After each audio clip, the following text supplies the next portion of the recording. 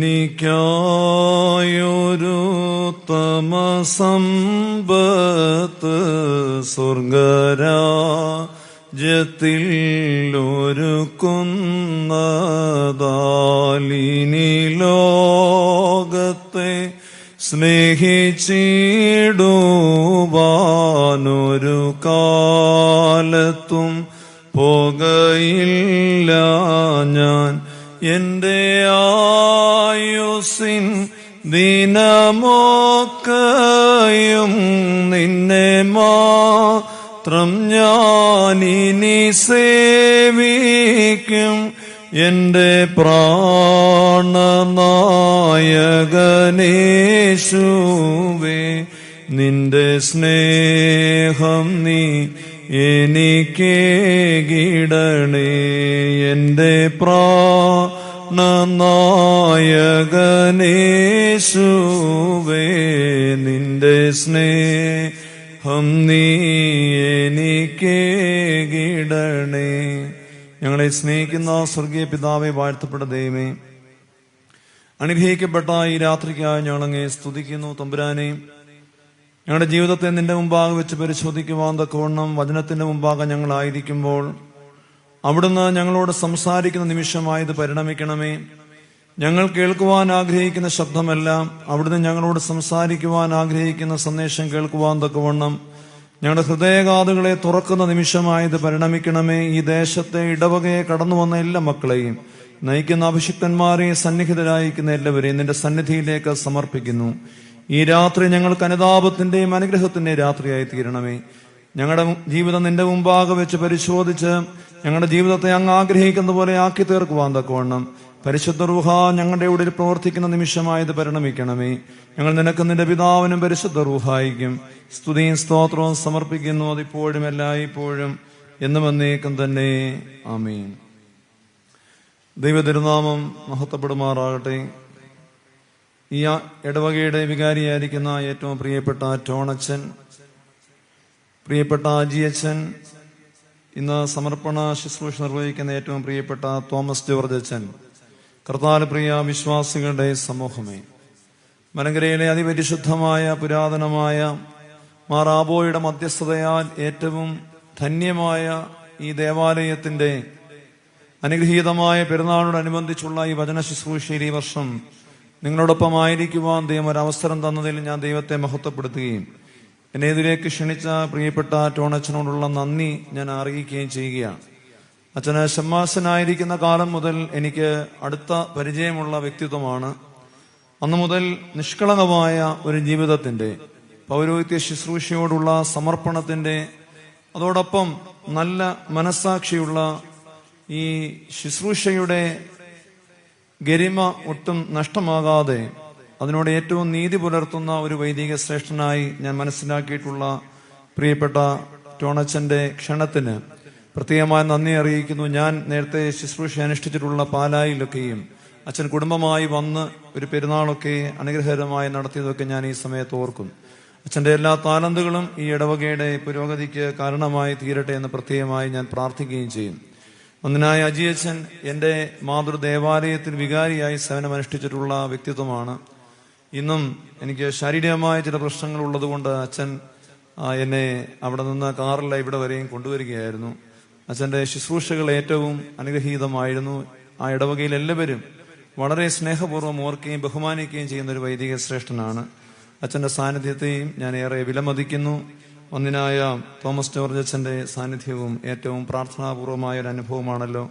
നമുക്കൊരുമിച്ച് ഈ സന്ധ്യയിലായിരിക്കുവാൻ ദൈവം ഒരവസരം തന്നതിൽ ഞാൻ ദൈവത്തെ മഹത്വപ്പെടുത്തുകയും ദൈവം നമ്മളോട് സംസാരിക്കുന്നതിനായിട്ട് നമ്മളെ തന്നെ സമർപ്പിക്കുകയും ചെയ്യാം. ആമുഖമായി ഒരു കഥ പറഞ്ഞുകൊണ്ട് തുടങ്ങാമെന്നാണ് ഞാൻ കരുതുന്നത്.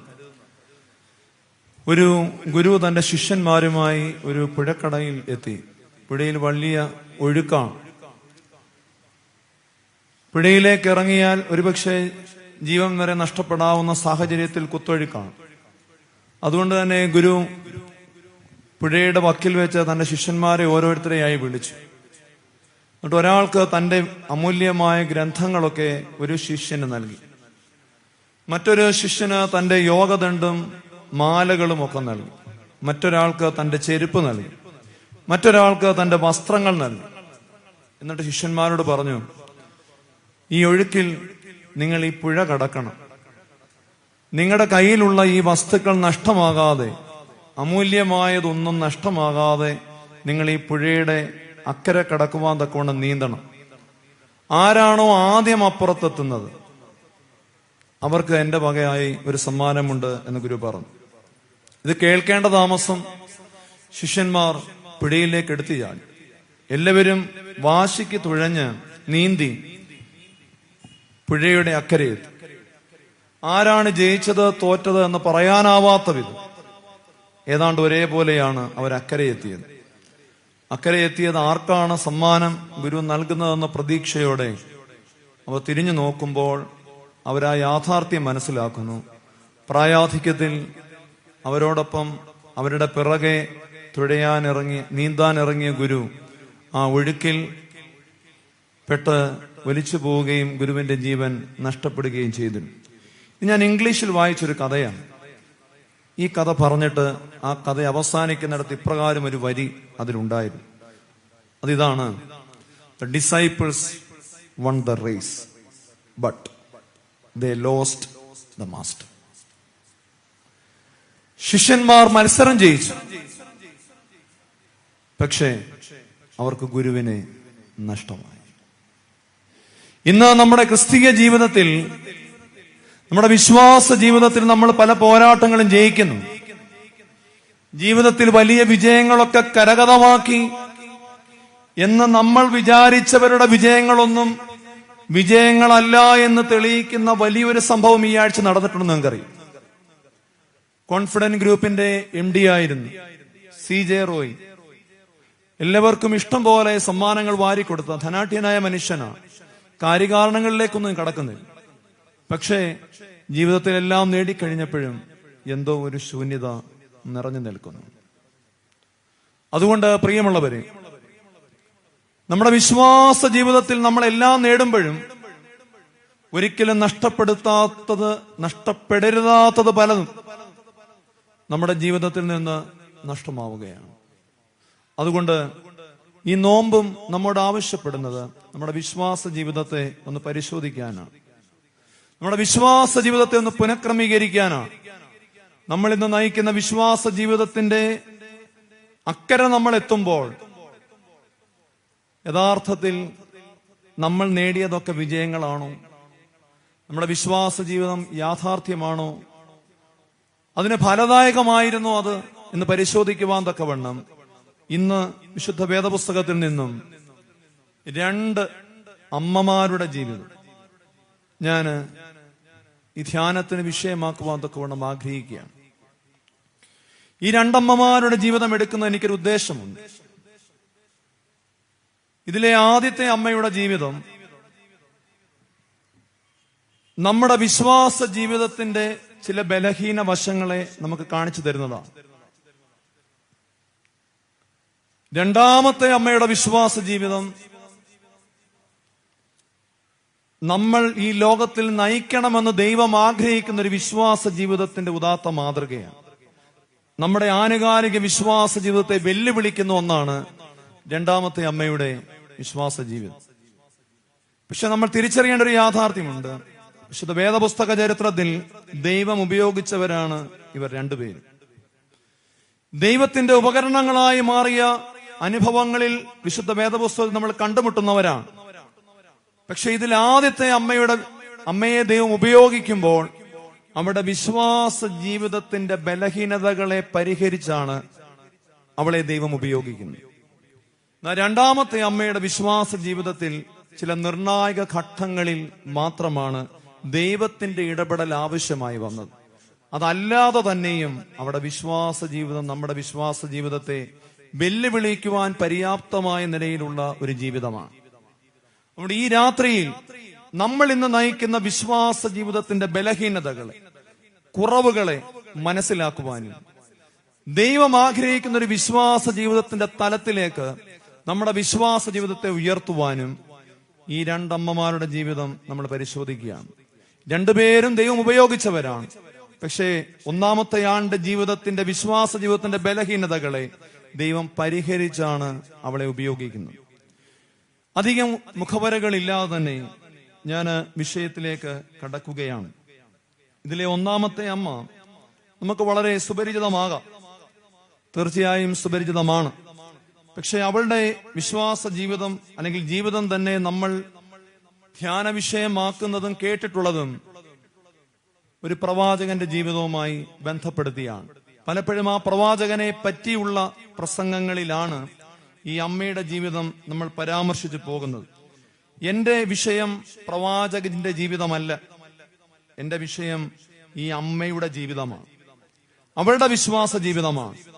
അവളുടെ ജീവിതത്തെ എങ്ങനെയാണ് പ്രവാചകനിലൂടെ ദൈവം പരുവപ്പെടുത്തിയെടുത്തതെന്ന്, അവളെ ഉപയുക്തമാക്കിയ ഒരു ഉപകരണമാക്കി മാറ്റിയതെന്ന്, അവളുടെ ബലഹീനതകൾ എന്തെല്ലാമായിരുന്നുവെന്ന് ഒന്ന് പരിശോധിക്കുവാൻ തക്കവണ്ണം മാത്രമാണ് ഈ ആദ്യ ഭാഗം ഞാൻ ഉപയോഗിക്കുവാൻ തക്കവണ്ണം ആഗ്രഹിക്കുന്നത്. വേദഭാഗം 1 രാജാക്കന്മാരുടെ പുസ്തകം 17-ാം അധ്യായം 9 മുതലുള്ള വാക്യങ്ങളിലാണ് നമ്മൾ ഈ വേദഭാഗം കാണുന്നത്. 9 മുതൽ 24 വരെയുള്ള വേദഭാഗം. ആ ഭാഗം ഞാൻ ആദ്യം ഒന്ന് വായിക്കാം. ഏലിയാവിനോട് യഹോവയായ ദൈവം പറയുകയാണ്, നീ എഴുന്നേറ്റ് സീദോനോട് ചേർന്ന് സാരേഫാത്തിലേക്ക് ചെന്ന് അവിടെ പാർക്കാം. അപ്പോൾ നിങ്ങൾക്ക് മനസ്സിലായിട്ടുണ്ട് ആരാണ് ഒന്നാമത്തെ അമ്മയെന്ന്. ആരാണ്? ഒന്ന് ഉറക്കെ പറയണേ, ആരാണ്? സാരേഫാത്തിലെ വിധവയായ അമ്മയാണ്. നമുക്കറിയാം, ഏലിയാവിന്റെ ജീവിതത്തിൽ ഏലിയാവിന് യഹോവയുടെ അരുളപ്പാടുണ്ടായിട്ട് അവൻ രാജധാനിയിൽ ചെന്ന് ഇനി ഞാൻ പറയാതെ ഇവിടെ മഴയോ മഞ്ഞോ ഉണ്ടാവുകയില്ല എന്ന് പ്രവചിച്ചിട്ട് യഹോവ പറഞ്ഞതനുസരിച്ച് അവൻ ആദ്യം കെരീത്ത് തോട്ടിന്റെ അടിയിൽ പോയി പാർക്കുകയും അവിടെ കാക്ക അവന് അപ്പവും ഇറച്ചിയും കൊണ്ട് കൊടുക്കുകയും അവൻ തോട്ടിൽ നിന്ന് കുടിക്കുകയും അവിടെ ദൈവം അവിടെ അങ്ങനെ അവനെ പുലർത്തുകയും ചെയ്തു പൊക്കൊണ്ടിരുന്നു. എന്നാൽ അവൻ പറഞ്ഞ വാക്കുകൾ കൊണ്ട് തന്നെ തോട് പറ്റിപ്പോയപ്പോൾ പിന്നീട് യഹോവയായ ദൈവം ഏലിയാവിനോട് ചെന്ന് പറയുന്ന ഭാഗമാണ് നമ്മൾ വായിച്ചത്. ഏലിയാവിനോട് ചെന്ന് പറഞ്ഞത് എന്താണ്? നീ എവിടേക്ക് പോകണം? എവിടേക്ക് പോകണം? സാരേഫാത്തിലെ വിധവയുടെ അടുക്കലേക്ക് പോകണം. സാരേഫാത്തിലെ വിധവയെ ദൈവം ഉപയോഗിച്ച മനുഷ്യനാണ്, ഉപയോഗിച്ചൊരമ്മയാണ്, ഒരു സ്ത്രീയാണ്. അതിന് സംശയമൊന്നുമില്ല. അവിടെ വിശ്വാസ ജീവിതവും നമുക്ക് മാതൃകയാകുന്നു. എന്നാൽ ഒരു ഭാഗത്തിന്റെ വ്യത്യസ്തമായൊരു വ്യാഖ്യാനം ഞാൻ എന്റെ പഠനവുമായി ബന്ധപ്പെട്ട് ഇങ്ങനെ വായിച്ചു പോയപ്പോൾ എന്റെ മനസ്സിലൊന്ന് ഉടക്കിയത് കൊണ്ടാണ് ഞാൻ ഈ വേദഭാഗത്തെ ഇങ്ങനെ ഒന്ന് വായിക്കുവാനും മനസ്സിലാക്കുവാനും പരിശ്രമിക്കുന്നത്. ലൂക്കോസിന്റെ സുവിശേഷത്തിൽ യേശുവിന്റെ അടുക്കൽ ശിഷ്യന്മാർ യേശു അത്ഭുതങ്ങളൊക്കെ ചെയ്തു തുടങ്ങിയ സമയത്ത് അവന്റെ ഭവനത്തിലേക്ക്, അവന്റെ നാട്ടിലേക്ക് നസ്രയത്തിലും നീ കടന്നു വന്ന് നീ ചെയ്ത അത്ഭുതങ്ങളൊക്കെ അവിടെയും ചെയ്യണമെന്ന് പറഞ്ഞപ്പോൾ യേശു അവർക്ക് കൊടുക്കുന്നൊരു മറുപടിയുണ്ട്. അന്ന് ഒരുപാട് വിധവമാർ അവിടെ ഉണ്ടായിരുന്നുവെങ്കിലും സാരേഫാത്തിലെ വിധവയുടെ അടുക്കിലേക്ക് അല്ലാതെ വേറെ ആരുടെ അടുക്കിലേക്കും ദൈവം ഏലിയാവിനെ അയച്ചില്ല. അന്ന് സിറിയയിൽ ഒരുപാട് കുഷ്ഠരോഗികൾ ഉണ്ടായിരുന്നുവെങ്കിലും സിറിയാക്കാരനായ നയമാനല്ലാതെ അവരിൽ മറ്റാരും സൗഖ്യമായുമില്ല. എന്തുകൊണ്ടാണ് യേശുവോടെ പറയാൻ കാരണം? 2 വ്യാഖ്യാനങ്ങളുണ്ട്. ഒന്നാമത്തേത്, ഇവര് 2 പേരും വിജാതികളാണ്, നയമാനും സാരേഫാത്തിലെ വിധവയും. അപ്പം ദൈവം പറയുകയാണ്, സ്വന്തം നാട്ടിൽ എന്നെ ആരും സ്വീകരിച്ചില്ലെങ്കിലും വിജാതികളുടെ നാട്ടിലൊരു വിശ്വാസം എന്നിൽ ഉണ്ടാകും, അവർ എന്നെ സ്വീകരിക്കുമെന്നതിന്റെ ഒരു മുൻകുറിയാണ്. അപ്പൊ എവിടെ വിശ്വാസമുണ്ടോ ആ തലങ്ങളിലാണ് എനിക്ക് പ്രവർത്തിക്കുവാൻ തക്കവണ്ണം കഴിയുന്നതെന്ന ഒരു ചിന്തയാണ് യേശു അവിടെ കൊടുക്കുന്നതെന്ന് ഒന്നാമത്തെ ഭാഗം. രണ്ടാമത്തെ ഭാഗം മറ്റൊന്നാണ്. രണ്ടാമത്തെ ഭാഗം ഇതാണ്: കാക്കയെ കൊണ്ട് പുലർത്താവുന്ന ദൈവത്തിന് ഏലിയാവിനെ പുലർത്തുവാൻ വേറെ ഒരുപാട് വഴികളുണ്ടായി, ഇല്ലേ? ആരെ കൊണ്ട് വേണമെങ്കിലും ഏലിയാവിനെ പുലർത്താമായിരുന്നു. പിന്നെ എന്തുകൊണ്ട് സാരേഫാത്തിലെ വിധവയെ ഉപയോഗിച്ചു? അപ്പോൾ ഏലിയാവിനെ മറ്റാരെയും കൊണ്ടും പുലർത്താൻ സാധിക്കും. പക്ഷേ ഏലിയാവിനെ പുലർത്തുവാൻ ദൈവത്തിന് കഴിയുമെങ്കിലും സാരേഫാത്തിലെ വിധവയുടെ അടുക്കിലേക്ക് ഏലിയാവിനെ വിടുമ്പോൾ സത്യത്തിൽ ഏലിയാവിനെ കൊണ്ട് സൗഖ്യം ആവശ്യമുള്ളൊരു തലത്തിലായിരിക്കുന്ന ഒരു വിശ്വാസ ജീവിതത്തിലാണ് ആരായിരിക്കുന്നത്? സാരെഫാത്തിലെ വിധവ. അപ്പോൾ ഏലിയാവിനെ പുലർത്തുവാൻ വിധവയെ ആവശ്യമുള്ളതുപോലെ തന്നെ വിധവയുടെ ജീവിതത്തിൽ ഒരു പ്രവാചകനെ അവൾക്ക് ആവശ്യമുണ്ട്. എന്തിനാണെന്നറിയാമോ? അവിടെ വായിക്കുമ്പോൾ തന്നെ നമുക്ക് താഴോട്ട് വായിക്കുമ്പോൾ അറിയാം, ഏലിയാവ് അവിടെ വന്നില്ലെങ്കിൽ അവിടെ വിശ്വാസക്കുറവിൽ അവൾ ആത്മഹത്യ ചെയ്തേനെ. അവളുടെ മകനും അവളുടെ കൈകൊണ്ട് തന്നെ മരണപ്പെട്ടു. താഴോട്ട് നമ്മൾ വായിക്കുന്നു, വിശദമായി നമ്മൾ വരും. എങ്കിലും നിങ്ങൾക്ക് ഈ വിഷയത്തിലേക്ക് ഒന്ന് കയറുവാൻ ഞാൻ അത് ആദ്യമേ പറഞ്ഞു എന്ന് മാത്രമേ ഉള്ളൂ. അപ്പോൾ ഏലിയാവിന്റെ സാന്നിധ്യം വിധവയുടെ ജീവിതത്തിൽ ആവശ്യമായി. എന്തിനു വേണ്ടി? അവിടെ വിശ്വാസ ജീവിതത്തിന്റെ ബലഹീനതകളെ പരിഹരിക്കുവാൻ വേണ്ടി.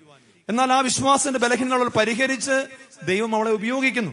തീർച്ചയായും അത് നമുക്കറിയാം, ആ വ്യാഖ്യാനങ്ങൾ നമ്മൾ കേട്ടിട്ടുള്ളതാണ്. എന്നാൽ അവളുടെ ജീവിതത്തിന് ചില ബലഹീന വശങ്ങൾ, വിശ്വാസത്തിന്റെ ബലഹീന വശങ്ങൾ ഈ പേഴ്സ്പെക്റ്റീവിൽ നമ്മൾ നോക്കുമ്പോൾ ആ വേദഭാഗത്ത് നമുക്ക് കൃത്യമായി മനസ്സിലാവും. ഏലിയാവിലൂടെ ദൈവം എങ്ങനെയാണ് അതിനെ പരിഹരിച്ചതെന്നും അവിടെ വിശ്വാസ ജീവിതത്തിന്റെ ബലഹീനതകളെ പരിഹരിച്ച് ദൈവസന്നിധിയിൽ അവളെ എങ്ങനെയാണ് ഉപയോഗിച്ചതെന്നും നമ്മൾ ഈ കണ്ണുകൊണ്ട് ഈ വേദഭാഗം വായിക്കുമ്പോൾ വളരെ തെളിവോടെ നമുക്ക് മനസ്സിലായി വരും. അങ്ങനെ നമ്മൾ നോക്കുമ്പോൾ ഒന്നാമത് അവിടെ വിശ്വാസ ജീവിതത്തിന്റെ ഒരു ബലഹീനത എന്തായിരുന്നു, കുറവ് എന്തായിരുന്നു? ഇന്ന് നമ്മുടെ ജീവിതങ്ങളിലും നമ്മളെല്ലാം വിശ്വാസ ജീവിതം നയിക്കുന്നവരാണ്, ആരും തീരെ മോശമൊന്നുമല്ല. പക്ഷെ നമ്മുടെയൊക്കെ ജീവിതങ്ങളിലും ഈ ചില ബലഹീനതകൾ വിശ്വാസ ജീവിതത്തെ ഭരിക്കുന്നുണ്ട്. അതെന്താണെന്ന് കണ്ടെത്തുവാനാണ് ഈ ആദ്യ ഭാഗത്ത് ഞാൻ പരിശ്രമിക്കുന്നത്. ഒന്നാമത് സാരെഫാത്തിലെ വിധവയുടെ വിശ്വാസ ജീവിതത്തിന്റെ ബലഹീനതയുടെ ഒന്നാമത്തെ തലം എന്താണെന്ന് ചോദിച്ചാൽ ഞാൻ പറയും, ജീവിതത്തിന്റെ കനൽ വഴികളിൽ ദൈവകൽപ്പനകളെ ഗണ്യമാക്കാത്ത ഒരു തലം അവരുടെ ജീവിതത്തിൽ കാണുന്നുണ്ട്. ഇങ്ങനെ പറയാം, കനൽ വഴികളിൽ കൽപ്പന ഗണ്യമാക്കാത്ത ഒരു വിശ്വാസ ജീവിതം അവളിൽ ആദ്യം കാണുന്നുണ്ട്. അപ്പൊ ഒന്നാമത് അതിനെയാണ് ഏലിയാവിലൂടെ ദൈവം പരിഹരിക്കുന്നത്. അതെന്താണ് എന്ന് ഞാൻ വ്യക്തമാക്കാം. അടുത്ത വാക്യം ഞാനത് വായിക്കും. 17-ന്റെ 10-ാം വാക്യം, 9-ാം വാക്യത്തിന്റെ 2-ാം ഭാഗം. അവിടെ നമ്മൾ കാണുന്നു, നീ എഴുന്നേറ്റ് സീദോനിലേക്ക് ചേർന്ന് സാരെഫാത്തിലേക്ക് ചെന്ന് അവിടെ പാർക്കാം. നിന്നെ പുലർത്തേണ്ടതിന്, അടുത്ത വാക്യം എന്താ? വേദപുസ്തകം വായിച്ചേ. നിന്നെ പുലർത്തേണ്ടതിന് ഞാൻ അവിടെയുള്ളൊരു വിധവയോട്, അതാണ് വളരെ ശ്രദ്ധയോടെ നമ്മൾ വായിക്കുന്നു, ഞാൻ അവിടെയുള്ളൊരു വിധവയോട് കൽപ്പിച്ചിരിക്കുന്നു എന്ന് പറഞ്ഞു. അപ്പോൾ ഏലിയാവിന്റെ അടുക്കൽ ദൈവം വന്ന് നീ സാരെഫാത്തിലെ വിധവയുടെ അടുക്കിലേക്ക് പോക എന്ന് പറയുമ്പോൾ അവിടെ യഹോവ പറയുന്ന വാക്കുകളിൽ വളരെ വ്യക്തമായൊരു കാര്യമുണ്ട്. ഏലിയാവിന്റെ അടുക്കൽ വരുന്നതിന് മുമ്പ് നിന്റെ അടുക്കൽ ഒരു പ്രവാചകൻ വരും, അവനെ നീ പുലർത്തണം എന്നൊരു കൽപ്പന ദൈവം ആർക്ക് കൊടുത്തിരുന്നു? സാരെഫാത്തിലെ വിധവയ്ക്ക് കൊടുത്തിരുന്നു. അപ്പോൾ തീർച്ചയായും ദൈവകൽപ്പനകളെ മാനിക്കുകയും ബഹുമാനിക്കുകയും ചെയ്യുന്ന ഒരു മനോഭാവം അവൾക്കുണ്ടായിരുന്നത് കൊണ്ടാണ് അത് കൊടുത്തത്.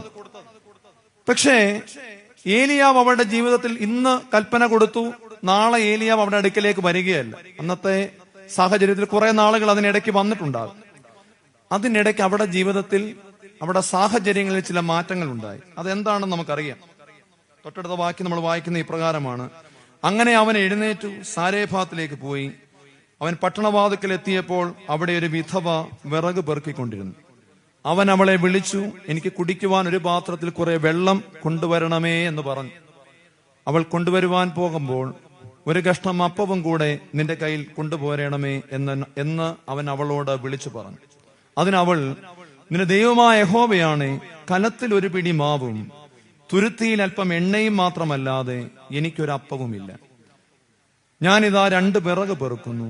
ഇത് കൊണ്ടുചെന്ന് എനിക്കും മകനും വേണ്ടി ഒരുക്കി അത് ഞങ്ങൾ തിന്നിട്ട് മരിപ്പാനിരിക്കുകയാകുന്നു എന്ന് പറഞ്ഞു. ഇതിൽ വേദപണ്ഡിതന്മാർ കൃത്യമായി പറയുന്നൊരു കാര്യമുണ്ട്. ഏലിയാവ് നിന്റെ അടുക്കൽ വരും, അവനെ നീ പുലർത്തണമെന്ന കൽപ്പന ആർക്ക് ദൈവം കൊടുത്തിരുന്നു?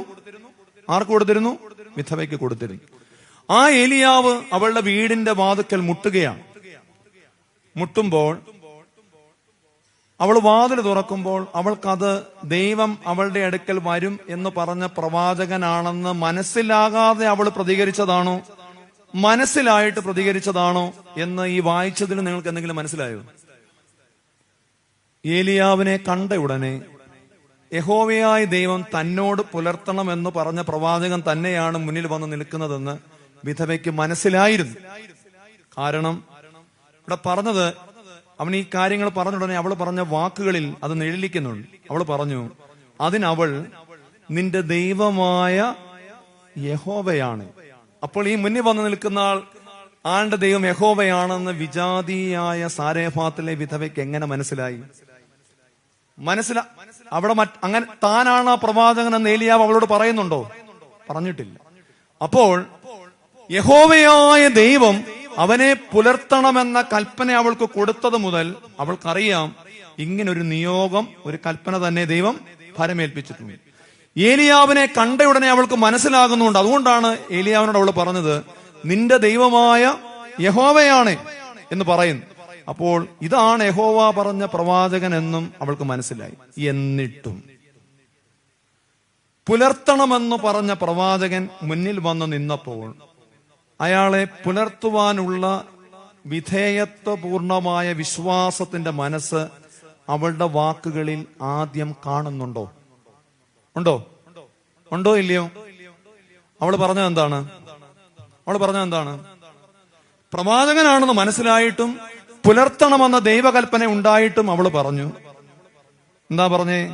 വെള്ളം എടുത്തോണ്ട് വരാൻ അകത്തോട്ട് പോയി അപ്പം വേണോന്ന് പറഞ്ഞുടനെ അവള് പറഞ്ഞു, ആകെ ഇച്ചിരി മാവേ ഉള്ളൂ, ഞാൻ 2 വിറക് പിറക്കുന്നു, ഞങ്ങൾ 2 പേരും കൂടെ ഉള്ളത് കൊണ്ട് അപ്പം ഉണ്ടാക്കിയിട്ട് ഞങ്ങൾ മരിപ്പാനിരിക്കുന്നു എന്ന് പറഞ്ഞാൽ ഇതിനെപ്പറ്റി ഈ വ്യാഖ്യാനത്തിൽ എഴുതപ്പെട്ടിട്ടുള്ള കൃതികളിൽ അങ്ങനെ ചിന്തിക്കുന്ന വേദപണ്ഡിതന്മാർ പറയുന്ന കാര്യം ഇതാണ്: അവൾ ദൈവകൽപ്പനയെ പരിപൂർണ മനസ്സോടെ വിശ്വസിക്കുകയും ദൈവത്തിന് അസാധ്യ സമയങ്ങളിലും പ്രവർത്തിക്കുവാൻ തക്കവണ്ണം കഴിയുമെന്നൊരു വിശ്വാസത്തിന്റെ ആഴമുള്ള തലം അവളിൽ ഉണ്ടായിരുന്നുവെങ്കിൽ അവൾ പറയേണ്ടിയിരുന്നത് എങ്ങനെയാണെന്നറിയാമോ? അവിടെ കയ്യിൽ തീരെ മാവ് ഇല്ലാതായി പോയിട്ടുണ്ടോ? ഇല്ല. ഒരല്പം മാവും അല്പം എണ്ണയും അന്നേരവും അവിടെ കയ്യിലുണ്ട്. അവൾക്ക് ദൈവകൽപ്പന മാനിക്കണമെന്നൊരു വിചാരം, വിശ്വാസത്തിന്റെ ആഴമുണ്ടായിരുന്നുവെങ്കിൽ അവൾ പറയേണ്ടിയിരുന്നത് ഇപ്രകാരമാണ്: യജമാനനെ, എൻ്റെ ഒരു അല്പം മാവും അല്പം എണ്ണയുമേ ഉള്ളൂ, ഞാൻ അതുകൊണ്ട് ഉള്ള അപ്പം ഉണ്ടാക്കാം, നമുക്ക് 3 പേർ കൂടെ കഴിക്കാം. അപ്പോൾ അങ്ങനെ പറയുന്നതിൽ നിന്നും അവളെ മാറ്റി നിർത്തിയത് എന്താണ്? അതാണ് ഞാൻ പറഞ്ഞ ആദ്യത്തെ കാര്യം. യഹോവയുടെ അരുളപ്പാട് വിധവയ്ക്കുണ്ടാകുമ്പോൾ സാരേഫാത്തിലെ വിധവയുടെ വീട്ടിൽ പട്ടിണിയില്ല. കാരണം അന്ന് ക്ഷാമം തുടങ്ങുന്നതേ ഉള്ളൂ. പക്ഷെ ഏലിയാവ് അവളുടെ വീട്ടിൽ വരുമ്പോഴേക്കും അവളുടെ സാഹചര്യങ്ങൾ മാറി. പ്രതികൂലമായ സാഹചര്യങ്ങളായി, പട്ടിണിയായി. അപ്പോൾ ജീവിതത്തിന്റെ ആനുകൂല്യമുള്ള സമയങ്ങളിൽ ദൈവകൽപ്പന അനുസരിച്ചു കൊള്ളാമെന്ന തീരുമാനമെടുത്തവൾ ജീവിതത്തിന്റെ സാഹചര്യങ്ങൾ മാറിയപ്പോൾ, പ്രതികൂലതകൾ വന്നപ്പോൾ, ജീവിതത്തിന്റെ കനൽ വഴികൾ വന്നപ്പോൾ ദൈവം പറഞ്ഞയാൾ മുന്നിൽ വന്ന് നിന്നിട്ടും പുലർത്തുവാൻ ഒരപ്പമെങ്കിലും കൊടുക്കുവാനുള്ള സാധ്യത കയ്യിലുള്ളപ്പോഴും അവൾ എന്തു ചെയ്തു? ജീവിതത്തിന്റെ കനൽ വഴികളിൽ കൽപ്പനകളെ ഗണ്യമാക്കാതിരുന്നു. ഇത് ഇന്ന് നമ്മുടെ വിശ്വാസ ജീവിതത്തിന്റെയും പ്രധാനപ്പെട്ട ഒരു വിഷയമാണ്. നമ്മളെല്ലാവരും ദൈവസന്നിധിയിൽ ദൈവകൽപ്പന അനുസരിച്ച് ആ നന്മകളിൽ ജീവിക്കണമെന്ന് ആഗ്രഹിക്കുന്നവരാണ്. പക്ഷേ ജീവിതത്തിൽ പ്രതിസന്ധികൾ ഉണ്ടാകുമ്പോൾ, ജീവിതത്തിൽ കനൽ വഴികൾ ഉണ്ടാകുമ്പോൾ, ജീവിത സാഹചര്യങ്ങൾ മാറിമറിയുമ്പോൾ, സാഹചര്യങ്ങളെ പഴി പറഞ്ഞ് ജീവിതത്തെ തെറ്റായ ദിശയിലേക്ക്, ദൈവകൽപ്പനകൾക്ക് വിധേയമാകാത്ത, ദൈവകൽപ്പനകൾക്ക് വിരുദ്ധമായ ജീവിത ശൈലിയിലേക്ക് കൊണ്ടുപോകുന്ന ഒരു അനുഭവം ഇന്ന് നമ്മുടെ വിശ്വാസ ജീവിതങ്ങളെയും ആനുകാലിക വിശ്വാസ ജീവിതത്തെയും തകർത്ത് കളയുന്നുണ്ട് എന്നുള്ളതിന് യാതൊരു സംശയവുമില്ല. വിശുദ്ധ മാമോദീസായിൽ ഇനിയുള്ള ജീവിതം സാത്താനെ ഉപേക്ഷിച്ചും മശിഹായുടെ കൈപിടിച്ചുമാണെന്ന് തീരുമാനമെടുത്തു പോയവരാണ് നമ്മളെല്ലാവരും.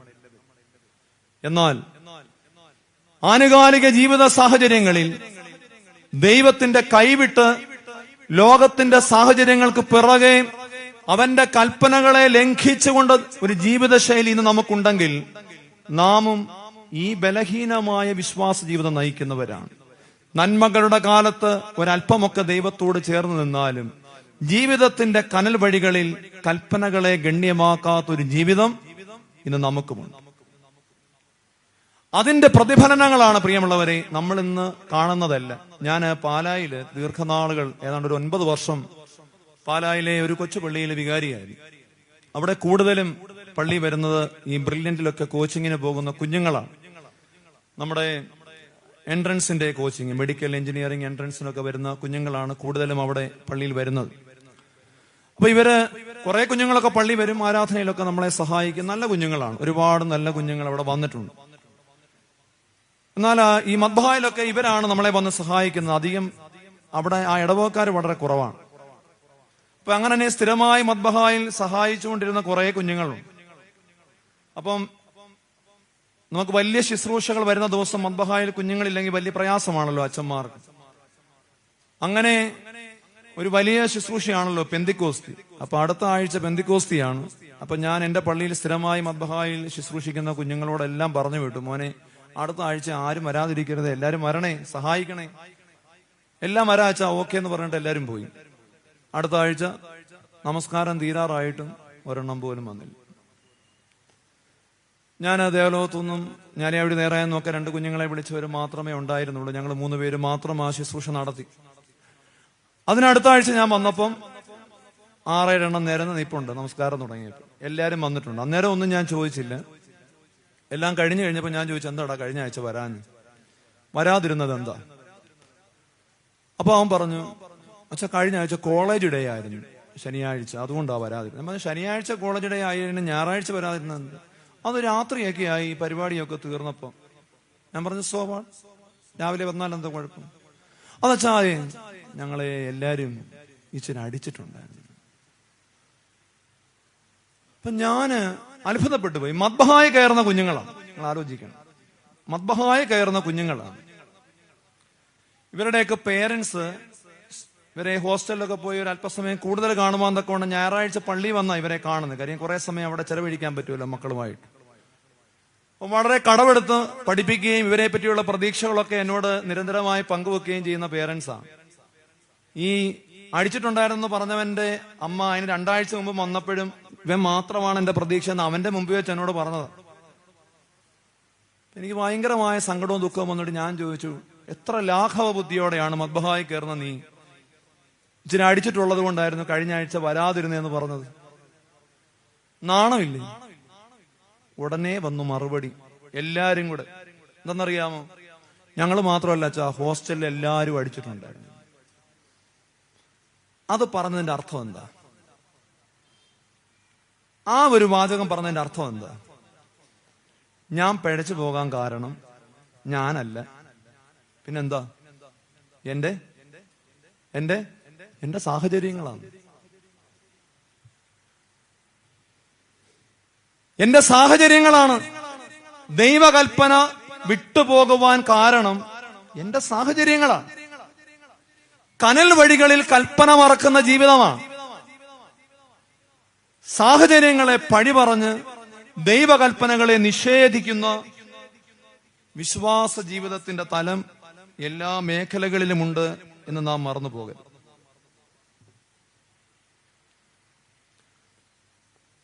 അതിനേക്കാളും അപ്പുറം ഇവിടെ ഒരു സഹനത്തിന്റെ തലമുണ്ട്. കഷ്ടതകൾ വരുമ്പോഴും മനുഷ്യൻ ഇങ്ങനെയൊക്കെ ആയി പോകാം, അതിന് സംശയമൊന്നുമില്ല. ദൈവത്തെ പഴിച്ച് മാറിപ്പോകാനുള്ള സാഹചര്യങ്ങളൊക്കെ ഉണ്ടായത് അതുകൊണ്ടാണെന്ന് പറയാം. ഇപ്പൊ വീട്ടിലോട്ട് പോകുന്ന വഴി അച്ഛൻ അറിയാം. ആശ്രമത്തിന്റെ അവിടുന്ന്, കരുവാറ്റ ആശ്രമത്തിനടുത്ത് പടിഞ്ഞാട്ട് പോകുന്ന വഴിയില്ലേ, ഒരു 3-4 വർഷമായി എന്ന് എനിക്ക് തോന്നുന്നു. ഞാനൊരു ദിവസം ബസ് കയറി ഇറങ്ങി വീട്ടിലോട്ട് നടന്നു പോകുമ്പോ ആ വീടിന്റെ വാതിൽക്ക് അവിടുത്തെ 21 വയസ്സുള്ള മകൻ നിൽക്കുന്നത് ഞാൻ കണ്ടതാണ്. ഞാൻ വീട്ടിൽ ചെന്ന് കയറി ഒരു അരമണിക്കൂർ കഴിയുമ്പം നിലവിളിച്ച ആൾക്കാരൊക്കെ ഓടുന്നത് കണ്ടപ്പം ഞാൻ ചോദിച്ചാൽ പറഞ്ഞു, ആ മകൻ ആത്മഹത്യ ചെയ്തു, ബോഡി എടുത്തുകൊണ്ട് പോകാൻ പോലീസുകാർ വന്നു. 1/2 മണിക്കൂർ കഷ്ടിയായിട്ടില്ല. എനിക്കും ഭയങ്കര വിഷമവും സങ്കടവും. ഞാനും ഓടിച്ചെന്നു. എന്നപ്പോഴേക്കും പോലീസുകാർ ബോഡി അറുത്തുകൊണ്ട് പോയി കഴിഞ്ഞു. അപ്പൊ ഞാൻ അവന്റെ മുറി കയറി. അപ്പൊ എല്ലാവർക്കും നല്ലത് മാത്രം പറയാനുള്ളൊരു കുഞ്ഞാണ്. അപ്പൊ ഭിത്തിയിൽ ഇങ്ങനെ മനോഹരമായ അക്ഷരത്തിൽ എഴുതി വെച്ചിട്ടുണ്ട്, ഐ ക്വിറ്റ്. അപ്പൊ ഞാൻ അവിടുത്തെ മോളോട് പറഞ്ഞ, ആ ലൈറ്റ് ഒന്നും ഇട്ടേ മുറിയില്ല. അപ്പൊ അവള് പറഞ്ഞു, കഴിഞ്ഞ 3 മാസമായിട്ട് അവൻ മുറിയിൽ ലൈറ്റ് ഇടാറില്ലായിരുന്നു. അവിടുത്തെ ലൈറ്റ് ഫ്യൂസ് ആയതിനു ശേഷം പുതിയത് ഇട്ടിട്ടില്ല, വേണ്ടാന്ന് പറയുമായിരുന്നു. ഇരുട്ടത്താ കിടന്നുണ്ട്. മക്കളുടെയൊക്കെ ജീവിതത്തിലെ വെളിച്ചം എവിടെയോ കെട്ടുപോകും. നിങ്ങൾ ഓർക്കണം, ഒരു ദീപാവലിയുടെ തലേദിവസമാണ്. അടുത്തുള്ള എല്ലാവരും ഞങ്ങളുടെ നാട്ടില് ദീപാവലിക്ക് എല്ലായിടത്തും വിളക്കുകൾ, ഈ ചിരാതുകളൊക്കെ തെളിയിക്കുന്നതാണ്. ആ തെരുവ് മുഴുവൻ ചിരാതുകളുടെ വെളിച്ചത്തിൽ എരിയേണ്ട ദീപാവലിയുടെ ദിവസം അന്ന് ആ തെരുവിൽ ആരും വിളക്കോ പടക്കമോ ഒന്നും കത്തിച്ചില്ല. ഒരു കുഞ്ഞിന്റെ ജീവിതത്തിൽ കൽപ്പനകൾക്ക് വിരുദ്ധമായ ഒരു ജീവിതമുണ്ടായപ്പോൾ ഒരു തെരുവ് മുഴുവൻ, ആ ഭവനം മുഴുവൻ അന്ധകാരത്തിന് അനുഭവങ്ങളിലേക്ക് പോയി. ആത്മഹത്യകൾ നമ്മളെ എവിടെയെങ്കിലും കൊണ്ടുവന്ന് എത്തിക്കും. കൂടുതൽ ദുരന്തങ്ങളിലേക്കല്ലാതെ. ഇവിടെ പറഞ്ഞ വാക്കെന്താണ്? ആ 2 അപ്പം തിന്നിട്ട് ഞാനും എന്റെ മകനും മരിപ്പാനിരിക്കുന്നു എന്ന് പറഞ്ഞ് വേദപണ്ഡിതന്മാർ ഉറപ്പിച്ച് പറയുന്നുണ്ട്. അതൊരു സ്വാഭാവികമായി പട്ടിണി കിടന്ന് മരിക്കാനല്ല, ഞങ്ങൾ ആത്മഹത്യ ചെയ്യാൻ പോകുന്നു എന്ന് തന്നെയാണ് അവൾ പറഞ്ഞതിന്റെ അർത്ഥം. അവിടെ വിശ്വാസ ജീവിതം അത്രമേ ബലഹീനമായപ്പോഴാണ് ദൈവം ഒരു ഔഷധം പോലെ അതിനെ കറക്റ്റ് ചെയ്യാൻ ആരെ അങ്ങോട്ട് വിടുന്നത്? ആരെ വിടുന്നത്? ഏലിയാവിനെ വിടുന്നത്. ഏലിയാവിനെ ആരെ കൊണ്ട് ദൈവത്തിന് പുലർത്താം? പക്ഷെ സാരേഭാത്തിലെ വിധവയുടെ വിശ്വാസ ജീവിതത്തിന്റെ ബലഹീനത പരിഹരിക്കാൻ ദൈവം അവനെ അവിടേക്ക് അയക്കുകയാണ്. നമ്മുടെ വിശ്വാസ ജീവിതങ്ങൾക്ക് ഈ ബലഹീനത ഉണ്ടോ എന്ന് പരിശോധിക്കണം പ്രിയമുള്ളവരെ. സാഹചര്യങ്ങളെ പഴി പറഞ്ഞു ദൈവകൽപ്പന വിട്ടു നടക്കുന്ന ഒരു ജീവിതം നമുക്കുണ്ടെങ്കിൽ അത് ബലഹീനതയാണ്. സഹനങ്ങളെ പഴി പറഞ്ഞു ആത്മഹത്യ തേടുന്ന ഒരു മനസ്സ് നമുക്കുണ്ടെങ്കിൽ വിശ്വാസ ജീവിതത്തിന്റെ ബലഹീനതയാണ്. അതുകൊണ്ടാണ് നമ്മൾ പാടുന്നത്, വിശ്വാസ കപ്പൽ താഴുമോ ഈ ഉലകിൽ ഈശാനമൂലനേറുന്നേ, ആശ്വാസമേകുവാൻ നീ വേഗമായി വന്നാലും, ആശ്വാസമേകുവാൻ നീ വേഗമായി വന്നാലും, വിശ്വാസനായക പ്രിയ, വിശ്വാസനായക പ്രിയ. ഏലിയാവ് എങ്ങനെയാ അത് പരിഹരിച്ചെന്നറിയണ്ടേ? നമ്മൾ ഇത്രയും സങ്കടമൊക്കെ പറഞ്ഞു കഴിഞ്ഞപ്പോ ഏലിയാവ് പറഞ്ഞു, ഒക്കെ ശരിയാ. അടുത്ത വാക്ക് ആദ്യം പറഞ്ഞെന്നറിയാമോ? ആദ്യം അപ്പോകയില്ലെന്ന് പറഞ്ഞു, ഇതൊക്കെ ശരിയാ, ഞാനും മകനും തിന്ന് മരിപ്പാനിരിക്കുന്നൊക്കെ നീ പറഞ്ഞത് ശരിയാ. പക്ഷേ ആദ്യം നീ പോയി, ദൈവം നിന്നോട് പറഞ്ഞായിരുന്നല്ലോ എനിക്കൊരപ്പം ഉണ്ടായിക്കൊണ്ട്. ഈ എല്ലാ അസാധ്യതകളും നിന്റെ മുമ്പിലുള്ളപ്പോഴും നീ വിശ്വാസത്തിന്റെ വഴിയിലേക്ക് വാ. ദൈവം നിന്നോട് പറഞ്ഞത് നീ അനുസരിക്കാതെ. അവളെ അങ്ങനെ കറക്റ്റ് ചെയ്തപ്പോഴാണ്, തൊട്ടടുത്ത വാക്യമാണ്, അവൾ പോയി അവൻ പറഞ്ഞതുപോലെ തന്നെ ചെയ്തു. അങ്ങനെയാണ് ദൈവം അവളുടെ വിശ്വാസത്തിന്റെ ബലഹീനതകളെ പരിഹരിച്ചത്. പോകട്ടെ, രണ്ടാമത്തെ ഒരു ബലഹീന ഭാവം ഞാൻ പറഞ്ഞല്ലോ. സാരേഭാത്തിലെ വിധം മോശമാണെന്ന് പറയാനല്ല ഞാനിത് പറയുന്നു. നമ്മുടെയൊക്കെ ജീവിതത്തിലുള്ള വിശ്വാസ ജീവിതത്തിന്റെ ചില ബലഹീന ഭാവങ്ങൾ അവളിൽ ഉണ്ടായിരുന്നു. അതിനെ പരിഹരിച്ചാണ് ദൈവം അവളെ ഉപയുക്തമായ ഒരു ഉപകരണമായി ഉപയോഗിച്ചെന്നൊരു തിരിച്ചറിവിൽ കൂടി നമുക്ക് ഈ ഭാഗം വായിക്കുമ്പോൾ ഉണ്ടാകണം എന്ന് പറയുവാനാണ്. രണ്ടാമത്, അവിടെ ബലഹീന ഭാവം എന്താണ്? അവിടെ വിശ്വാസ ജീവിതത്തിന്റെ ഞാൻ പറയും, അത് നിങ്ങൾ തന്നെ ഒന്ന് പറഞ്ഞാട്ടെ, നിങ്ങൾ തന്നെ ഒന്ന് ചിന്തിച്ചു നിങ്ങൾക്ക് പറയാൻ പറ്റും. തൊട്ട് മുമ്പ് വരെയുള്ള വാക്യങ്ങളിൽ അവള് സ്വമേധ മനസ്സോടെ ഏലിയാവിനെ പുലർത്തുവാൻ തയ്യാറായില്ല. എന്നാൽ ഏലിയാവ് ഇപ്പൊ ഒരു കാര്യം പറഞ്ഞു. എന്താ പറഞ്ഞേ? നീ ആദ്യം പോയി എനിക്കൊരപ്പം ഉണ്ടായിക്കൊണ്ട് താ. അങ്ങനെ ചെയ്താൽ നിന്റെ കലത്തിലെ മാവ് കുറയുകയില്ല, നിന്റെ കലശത്തിലെ എണ്ണ തീർന്നു പോവുകയുമില്ല എന്ന് പറഞ്ഞു. തൊട്ടടുത്ത വാക്യമാണ്, അവൾ പോയി അവൻ പറഞ്ഞതുപോലെ തന്നെ ചെയ്തു. എന്റെ ചോദ്യം ഇതാണ്, അതുവരെ ചെയ്യാതിരുന്ന അവൾ ഇത് കേട്ട ഉടനെ ചെയ്തു എന്ന് പറയുന്നത് ഒരു നല്ല കാര്യമാണെങ്കിലും ആ വിശ്വാസ ജീവിതത്തിന് ഒരു ചെറിയ ബലഹീനഭാവമുണ്ട്. അവൾ ആ വിശ്വാസത്തിൽ അതേപോലെ ഉറച്ചു നിന്നിരുന്നുവെങ്കിൽ അതൊരു ബലഹീനതയാകുമായിരുന്നില്ല. പക്ഷെ നമ്മൾ ഈ അവസാനം വരെ വായിക്കുമ്പോൾ അവളുടെ അന്നേരമുണ്ടായ വിശ്വാസത്തിന്റെ തീവ്രത തുടർന്നു പോകുന്നതായി നമ്മൾ കാണുന്നില്ല. അതുകൊണ്ട് അവളുടെ വിശ്വാസ ജീവിതത്തെ പറ്റി പഠിക്കുമ്പോൾ അവൾ അന്നേരം പറഞ്ഞ ആ വാക്കിന് ഒരു ചെറിയ ബലഹീനതയുണ്ട്. അതെന്തെന്നറിയാമോ? അവൾ എപ്പോഴാ അത് ചെയ്തത്? നീ ഇന്നത് ചെയ്താൽ നിനക്കിന്നത് കിട്ടും എന്ന ഒരു ഉറപ്പ് അവളുടെ വിശ്വാസ ജീവിതത്തിൽ കിട്ടിയപ്പോഴാണ് അവൾ എന്ത് ചെയ്തത്? അവൻ പറഞ്ഞതുപോലെ തന്നെ ചെയ്തു. അവളോട് പറഞ്ഞ എന്താ? നീ പോയി അപ്പം ഉണ്ടായിക്കൊണ്ട് പോ, അങ്ങനെ ചെയ്താൽ നിനക്ക് എന്ത് കിട്ടും? എന്ത് കിട്ടും? നിന്റെ കലത്തിലെ മാവ് കുറയുകയില്ല, എണ്ണയും കുറഞ്ഞു പോകും. അപ്പൊ അതൊരു കണ്ടീഷണൽ ഫെയ്ത്ത് ആയിരുന്നു. അതങ്ങനെ അല്ല എന്ന് നമുക്ക് പറയാമായിരുന്നു. അവള് തുടർന്നുള്ള അവളുടെ കാലം മുഴുവനും ആ വിശ്വാസത്തിൽ നിലനിന്നിരുന്നെങ്കിൽ. പക്ഷെ തുടർന്നുണ്ടാകുന്ന സംഭവങ്ങൾ വെളിവാക്കുന്നത് അങ്ങനെയല്ല. അതുകൊണ്ടാണ് ഞാനിത് എടുത്തു പറയുന്നത്. ഇത് ഇന്നത്തെ വിശ്വാസ ജീവിതത്തിന്റെയും ഒരു ഭാഗമാണ്. ഈ കണ്ടീഷണലായിട്ടുള്ള പ്രോസ്പെറിറ്റിയിൽ വിശ്വസിച്ചുകൊണ്ടുള്ള വിശ്വാസത്തിന്റെ തലം ഇന്ന് ലോകത്തിലുള്ള ഏറ്റവും പെർവേർട്ടഡ് ആയിട്ടുള്ള സ്പിരിച്വാലിറ്റിയുടെ ഭാവമാണ്. ഇന്ന സ്ഥലത്ത് പോയാൽ ഇന്നത് കിട്ടും, നിങ്ങൾ ഈ പെരുന്നാളിന് ഇത് ചെയ്താൽ നിങ്ങൾക്ക് ഇത് കിട്ടും. അപ്പോൾ അത് കിട്ടും എന്ന ബോധ്യത്തിൽ ദൈവത്തിലൊരു വിശ്വാസം വെക്കുന്ന ജീവിതത്തെയാണ് നമ്മൾ എന്ത് പറഞ്ഞത്?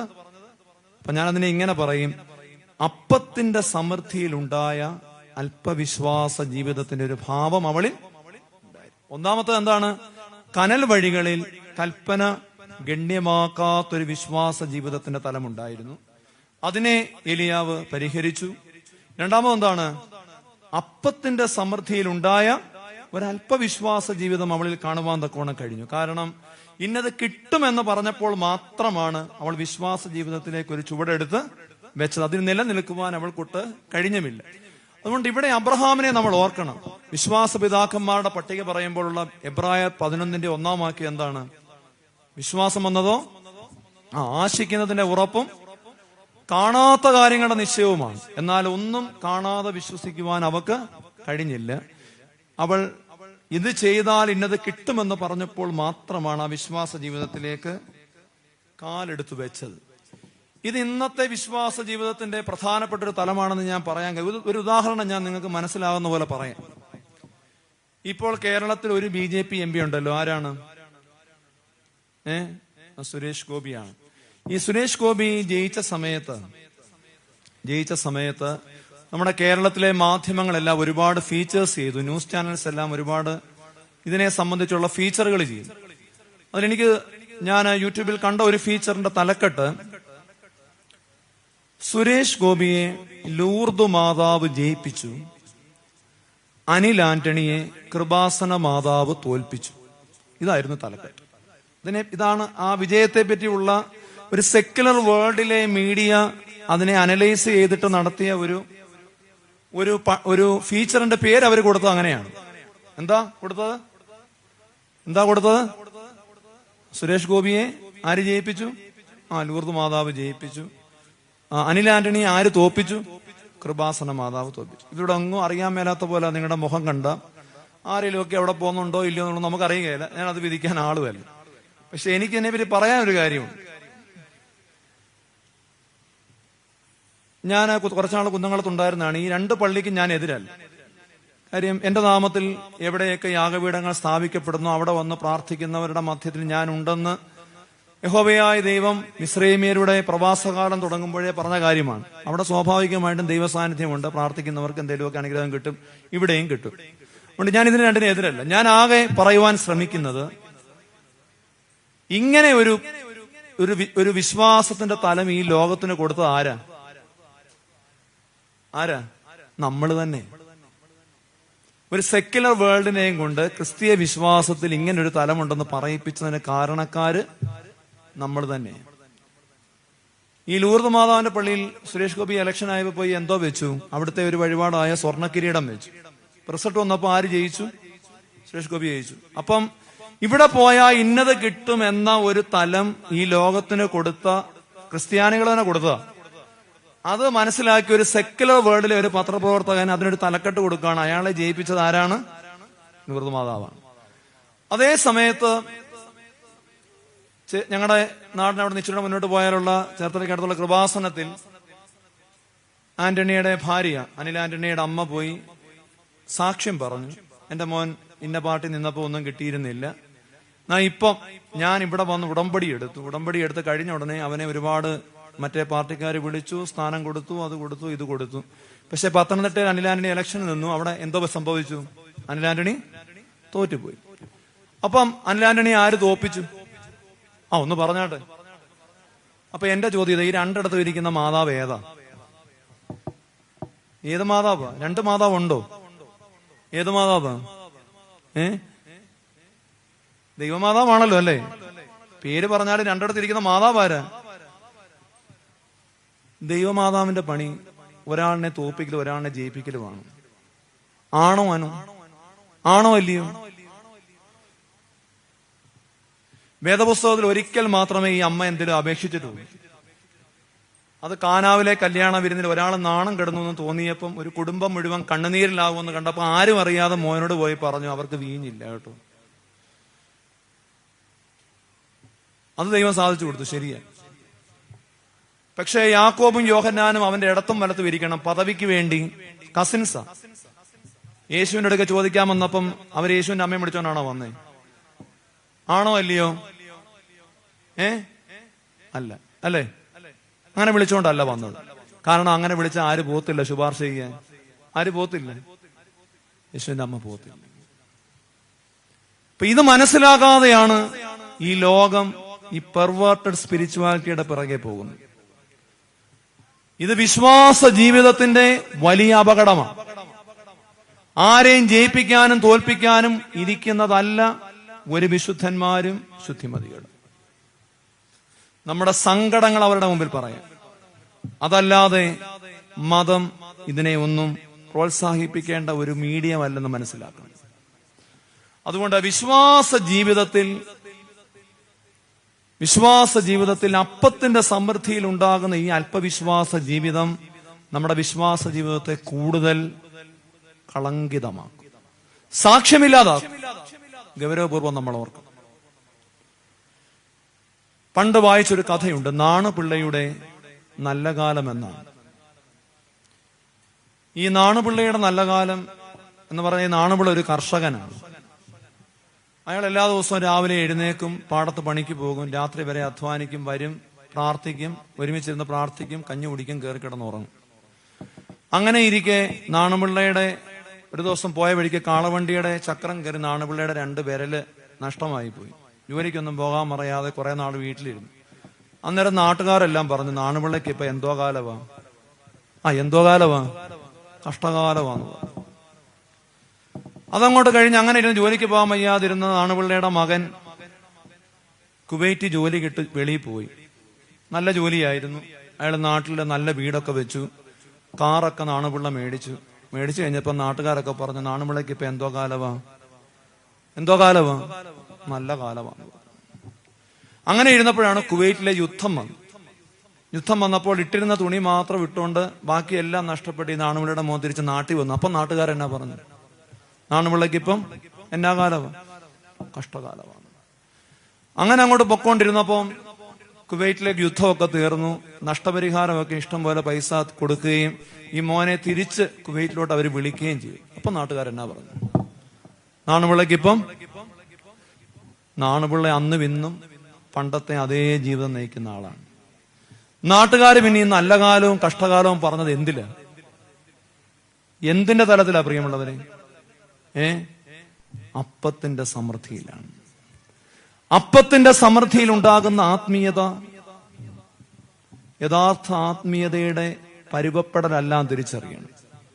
അത് വളരെ ഗൗരവപൂർവ്വം ഈ വേദഭാഗം നമ്മോട് ആവശ്യം. അല്ലെങ്കിൽ അന്നുണ്ടാകുന്ന ആത്മീയതയിൽ നിലകൊള്ളുന്നുണ്ടെങ്കിൽ അതിൽ കുറ്റം പറയാൻ സാധിക്കുകയില്ല.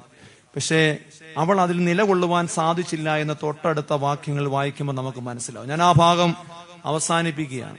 അവിടെ രണ്ടാമത്തെ വിശ്വാസ ബലഹീനതയുടെ തലം എന്ന് പറയുന്നത്, അവിടെ വിശ്വാസത്തിൽ ഇങ്ങനെ ചെയ്താൽ ഇങ്ങനെ ഒരു കാര്യം നിനക്ക് ലഭിക്കും എന്ന് പറഞ്ഞപ്പോൾ മാത്രമാണ് അവൾ അത് ചെയ്തതും. എന്നാൽ ആ വിശ്വാസത്തിൽ കളങ്കമില്ലാതെ തുടർന്ന് നിലനിൽക്കുവാൻ അവർക്കൊട്ട് ജീവിതത്തിന്റെ പരീക്ഷണങ്ങളിൽ സാധിച്ചുമില്ല. നമ്മുടെ ജീവിതത്തിലും ഇങ്ങനെ ഒരു തലമുണ്ടെങ്കിൽ അത് നമ്മുടെ വിശ്വാസ ജീവിതത്തെ ദുർബലപ്പെടുത്തുമെന്ന് പറയുവാൻ തക്കവണ്ണം മാത്രമാണ് ഞാൻ അവിടെ ആഗ്രഹിക്കുന്നത്. മൂന്നാമത് ഒരു കാര്യം കൂടി പറഞ്ഞ് അവസാനിപ്പിക്കും. ഈ സാരേഫാത്ത് എന്ന പദത്തിന്റെ അർത്ഥം എന്താണെന്നറിയാം? എന്താണെന്ന് പറയുന്നവർക്ക് ടോണച്ച 100 രൂപ തരും. പറയാമോ? നിങ്ങൾ പറയത്തില്ല. എനിക്ക് അച്ഛനോട് സ്നേഹമുള്ളതുകൊണ്ട് നിങ്ങൾ പറയത്തില്ലെന്ന് ഉറപ്പുള്ളതുകൊണ്ടാണ് ഞാൻ നിങ്ങളോട് ആ ചോദ്യം ചോദിച്ചത്. സാരേഫാത്ത് എന്ന പദത്തിന്റെ അർത്ഥം the place of melting the metals എന്നാണ്. ലോഹങ്ങൾ ഉരുക്കുന്ന ഇടമെന്നാണ്. സത്യത്തിൽ ലോഹം മാത്രം ഉരുക്കപ്പെട്ട ഒരു ഇടമല്ല സാരേഫാത്ത്. അവിടെ ഈ വിധവയായ സ്ത്രീയുടെയും ഏലിയാവിന്റെയും ഒരേപോലെ അവരുടെ വിശ്വാസ ജീവിതം ദൈവസന്നിധിയിൽ ഉരുക്കി നോക്കപ്പെട്ട, മൂശ പോലെ ഉരുക്കി നോക്കപ്പെട്ട ഒരു ഇടമായി സാരേഫാത്ത് മാറി. അതെങ്ങനെയാണെന്നാണ് തൊട്ടടുത്ത സംഭവം പറയുന്നത്. തൊട്ടടുത്ത വാക്യങ്ങളിൽ എന്താ പറയുന്നത്? ഇപ്പോൾ ഏലിയാവ് ആ നാട്ടിൽ എല്ലാവരുടെയും വലിയ ഹീറോയാണ്. കാരണം ആ നാട്ടിൽ പട്ടിണിയായിരുന്നു. അവൻ വന്ന വീട്ടിൽ പട്ടിണിയായിരുന്നു. അവൻ പ്രാർത്ഥിച്ചു. എന്ത് സംഭവിച്ചു? അവിടുത്തെ പട്ടിണി മാറി. അവരെല്ലാം സമൃദ്ധിയുടെ അനുഭവത്തിൽ ജീവിക്കാൻ തുടങ്ങി. എന്നാൽ ഒരു സുപ്രഭാതത്തിൽ എല്ലാവരുടെയും മുമ്പിൽ ഹീറോ ആയവൻ തൊട്ടടുത്ത ദിവസം സീറോ ആയിട്ട് മാറുകയാണ്. അതെന്താണെന്ന് തൊട്ടടുത്ത വാക്യം പറയുന്നു. അതെങ്ങനെയാണ് ആയത്? ഈ സാരേഫാത്തിലെ വിധവയുടെ മകൻ എന്തു പറ്റി? അവൻ ദീനം ബാധിച്ച് മരിച്ചുപോയി. ഈ മരിച്ചു പോയ ഉടനെ ഈ സ്ത്രീ പറയുന്ന വാക്യങ്ങൾ, 2 വാക്യങ്ങൾ നമുക്കൊന്നും കൂടെ ഇതുവരെ വായിച്ച കണ്ണുകൊണ്ടല്ലാതെ ഒന്ന് വായിക്കാം. അവൾ പറഞ്ഞ ഇതാണ്: അപ്പോൾ അവൾ ഏലിയാവോട്, അയ്യോ ദൈവപുരുഷനെ, എനിക്കും നിനക്കും തമ്മിലെന്ത്? എന്റെ പാപം ഓർപ്പിക്കേണ്ടതിനും എന്റെ മകനെ കൊല്ലേണ്ടതിനുമാകുന്നു നീ എന്റെ അടുക്കൽ വന്നത് എന്ന് പറഞ്ഞു. ഞാൻ ഇതുകൊണ്ടാണ് പറഞ്ഞത്, അവളുടെ വിശ്വാസ ജീവിതം ആഴമുള്ളതായിരുന്നുവെങ്കിൽ അവളുടെ വായിൽ നിന്ന് വരേണ്ട ഒരു വാചകമല്ലല്ലോ പ്രിയമുള്ളവരെ അത്. സത്യത്തിൽ ഏലിയാവ് വരുമ്പോൾ ഏലിയാവ് അവളുടെ മകനെ കൊല്ലാനാണോ വന്നത്? ആണോ അല്ലയോ? അല്ല. ഏലിയാവ് വരുമ്പോൾ മകനെ കൊല്ലാനിരുന്നത് ആരാണ്? അവള് തന്നെ പറഞ്ഞല്ലോ. അവളെന്താ പറഞ്ഞേ? ഞാൻ ഈ അപ്പം ഉണ്ടാക്കുന്നു, അപ്പം കഴിച്ചിട്ട് ഞങ്ങൾ എന്ത് ചെയ്യാൻ പോന്നു? ഞങ്ങള് മരിപ്പാനിരിക്കും. സത്യത്തിൽ മകനെ കൊല്ലാനിരുന്നവൾ ആത്മഹത്യ ചെയ്യാനിരുന്നവളാണ്. എന്നാൽ അവൾ സുഭിക്ഷതയുടെ നാളുകളിൽ ദൈവം അവളെ ഉയർത്തി. അവളുടെ വിശ്വാസത്തിനൊരു പ്രവൃത്തി കൊണ്ട് തന്നെ ഏലിയാവും അവളുടെ ജീവിച്ചു പോകുന്നു. പക്ഷേ അവളുടെ ജീവിതത്തിന്റെ ഏറ്റവും വലിയ അഗ്നി പരീക്ഷ അവളുടെ മുമ്പിൽ വരികയാണ്.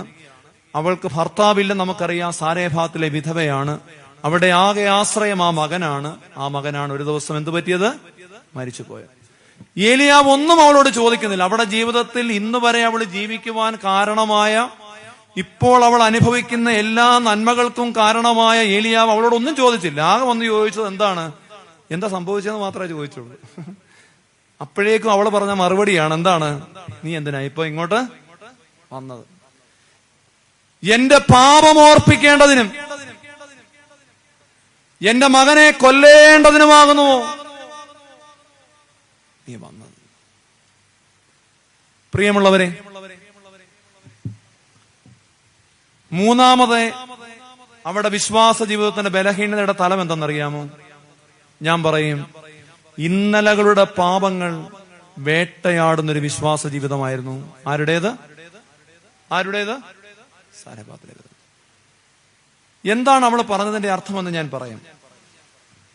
ഒന്ന്, ചില വ്യാഖ്യാതാക്കൾ പറയുന്ന ഇതാണ്: ഇപ്പോൾ ഏലിയാവ് താമസിക്കുന്നത് എവിടെയാണ്?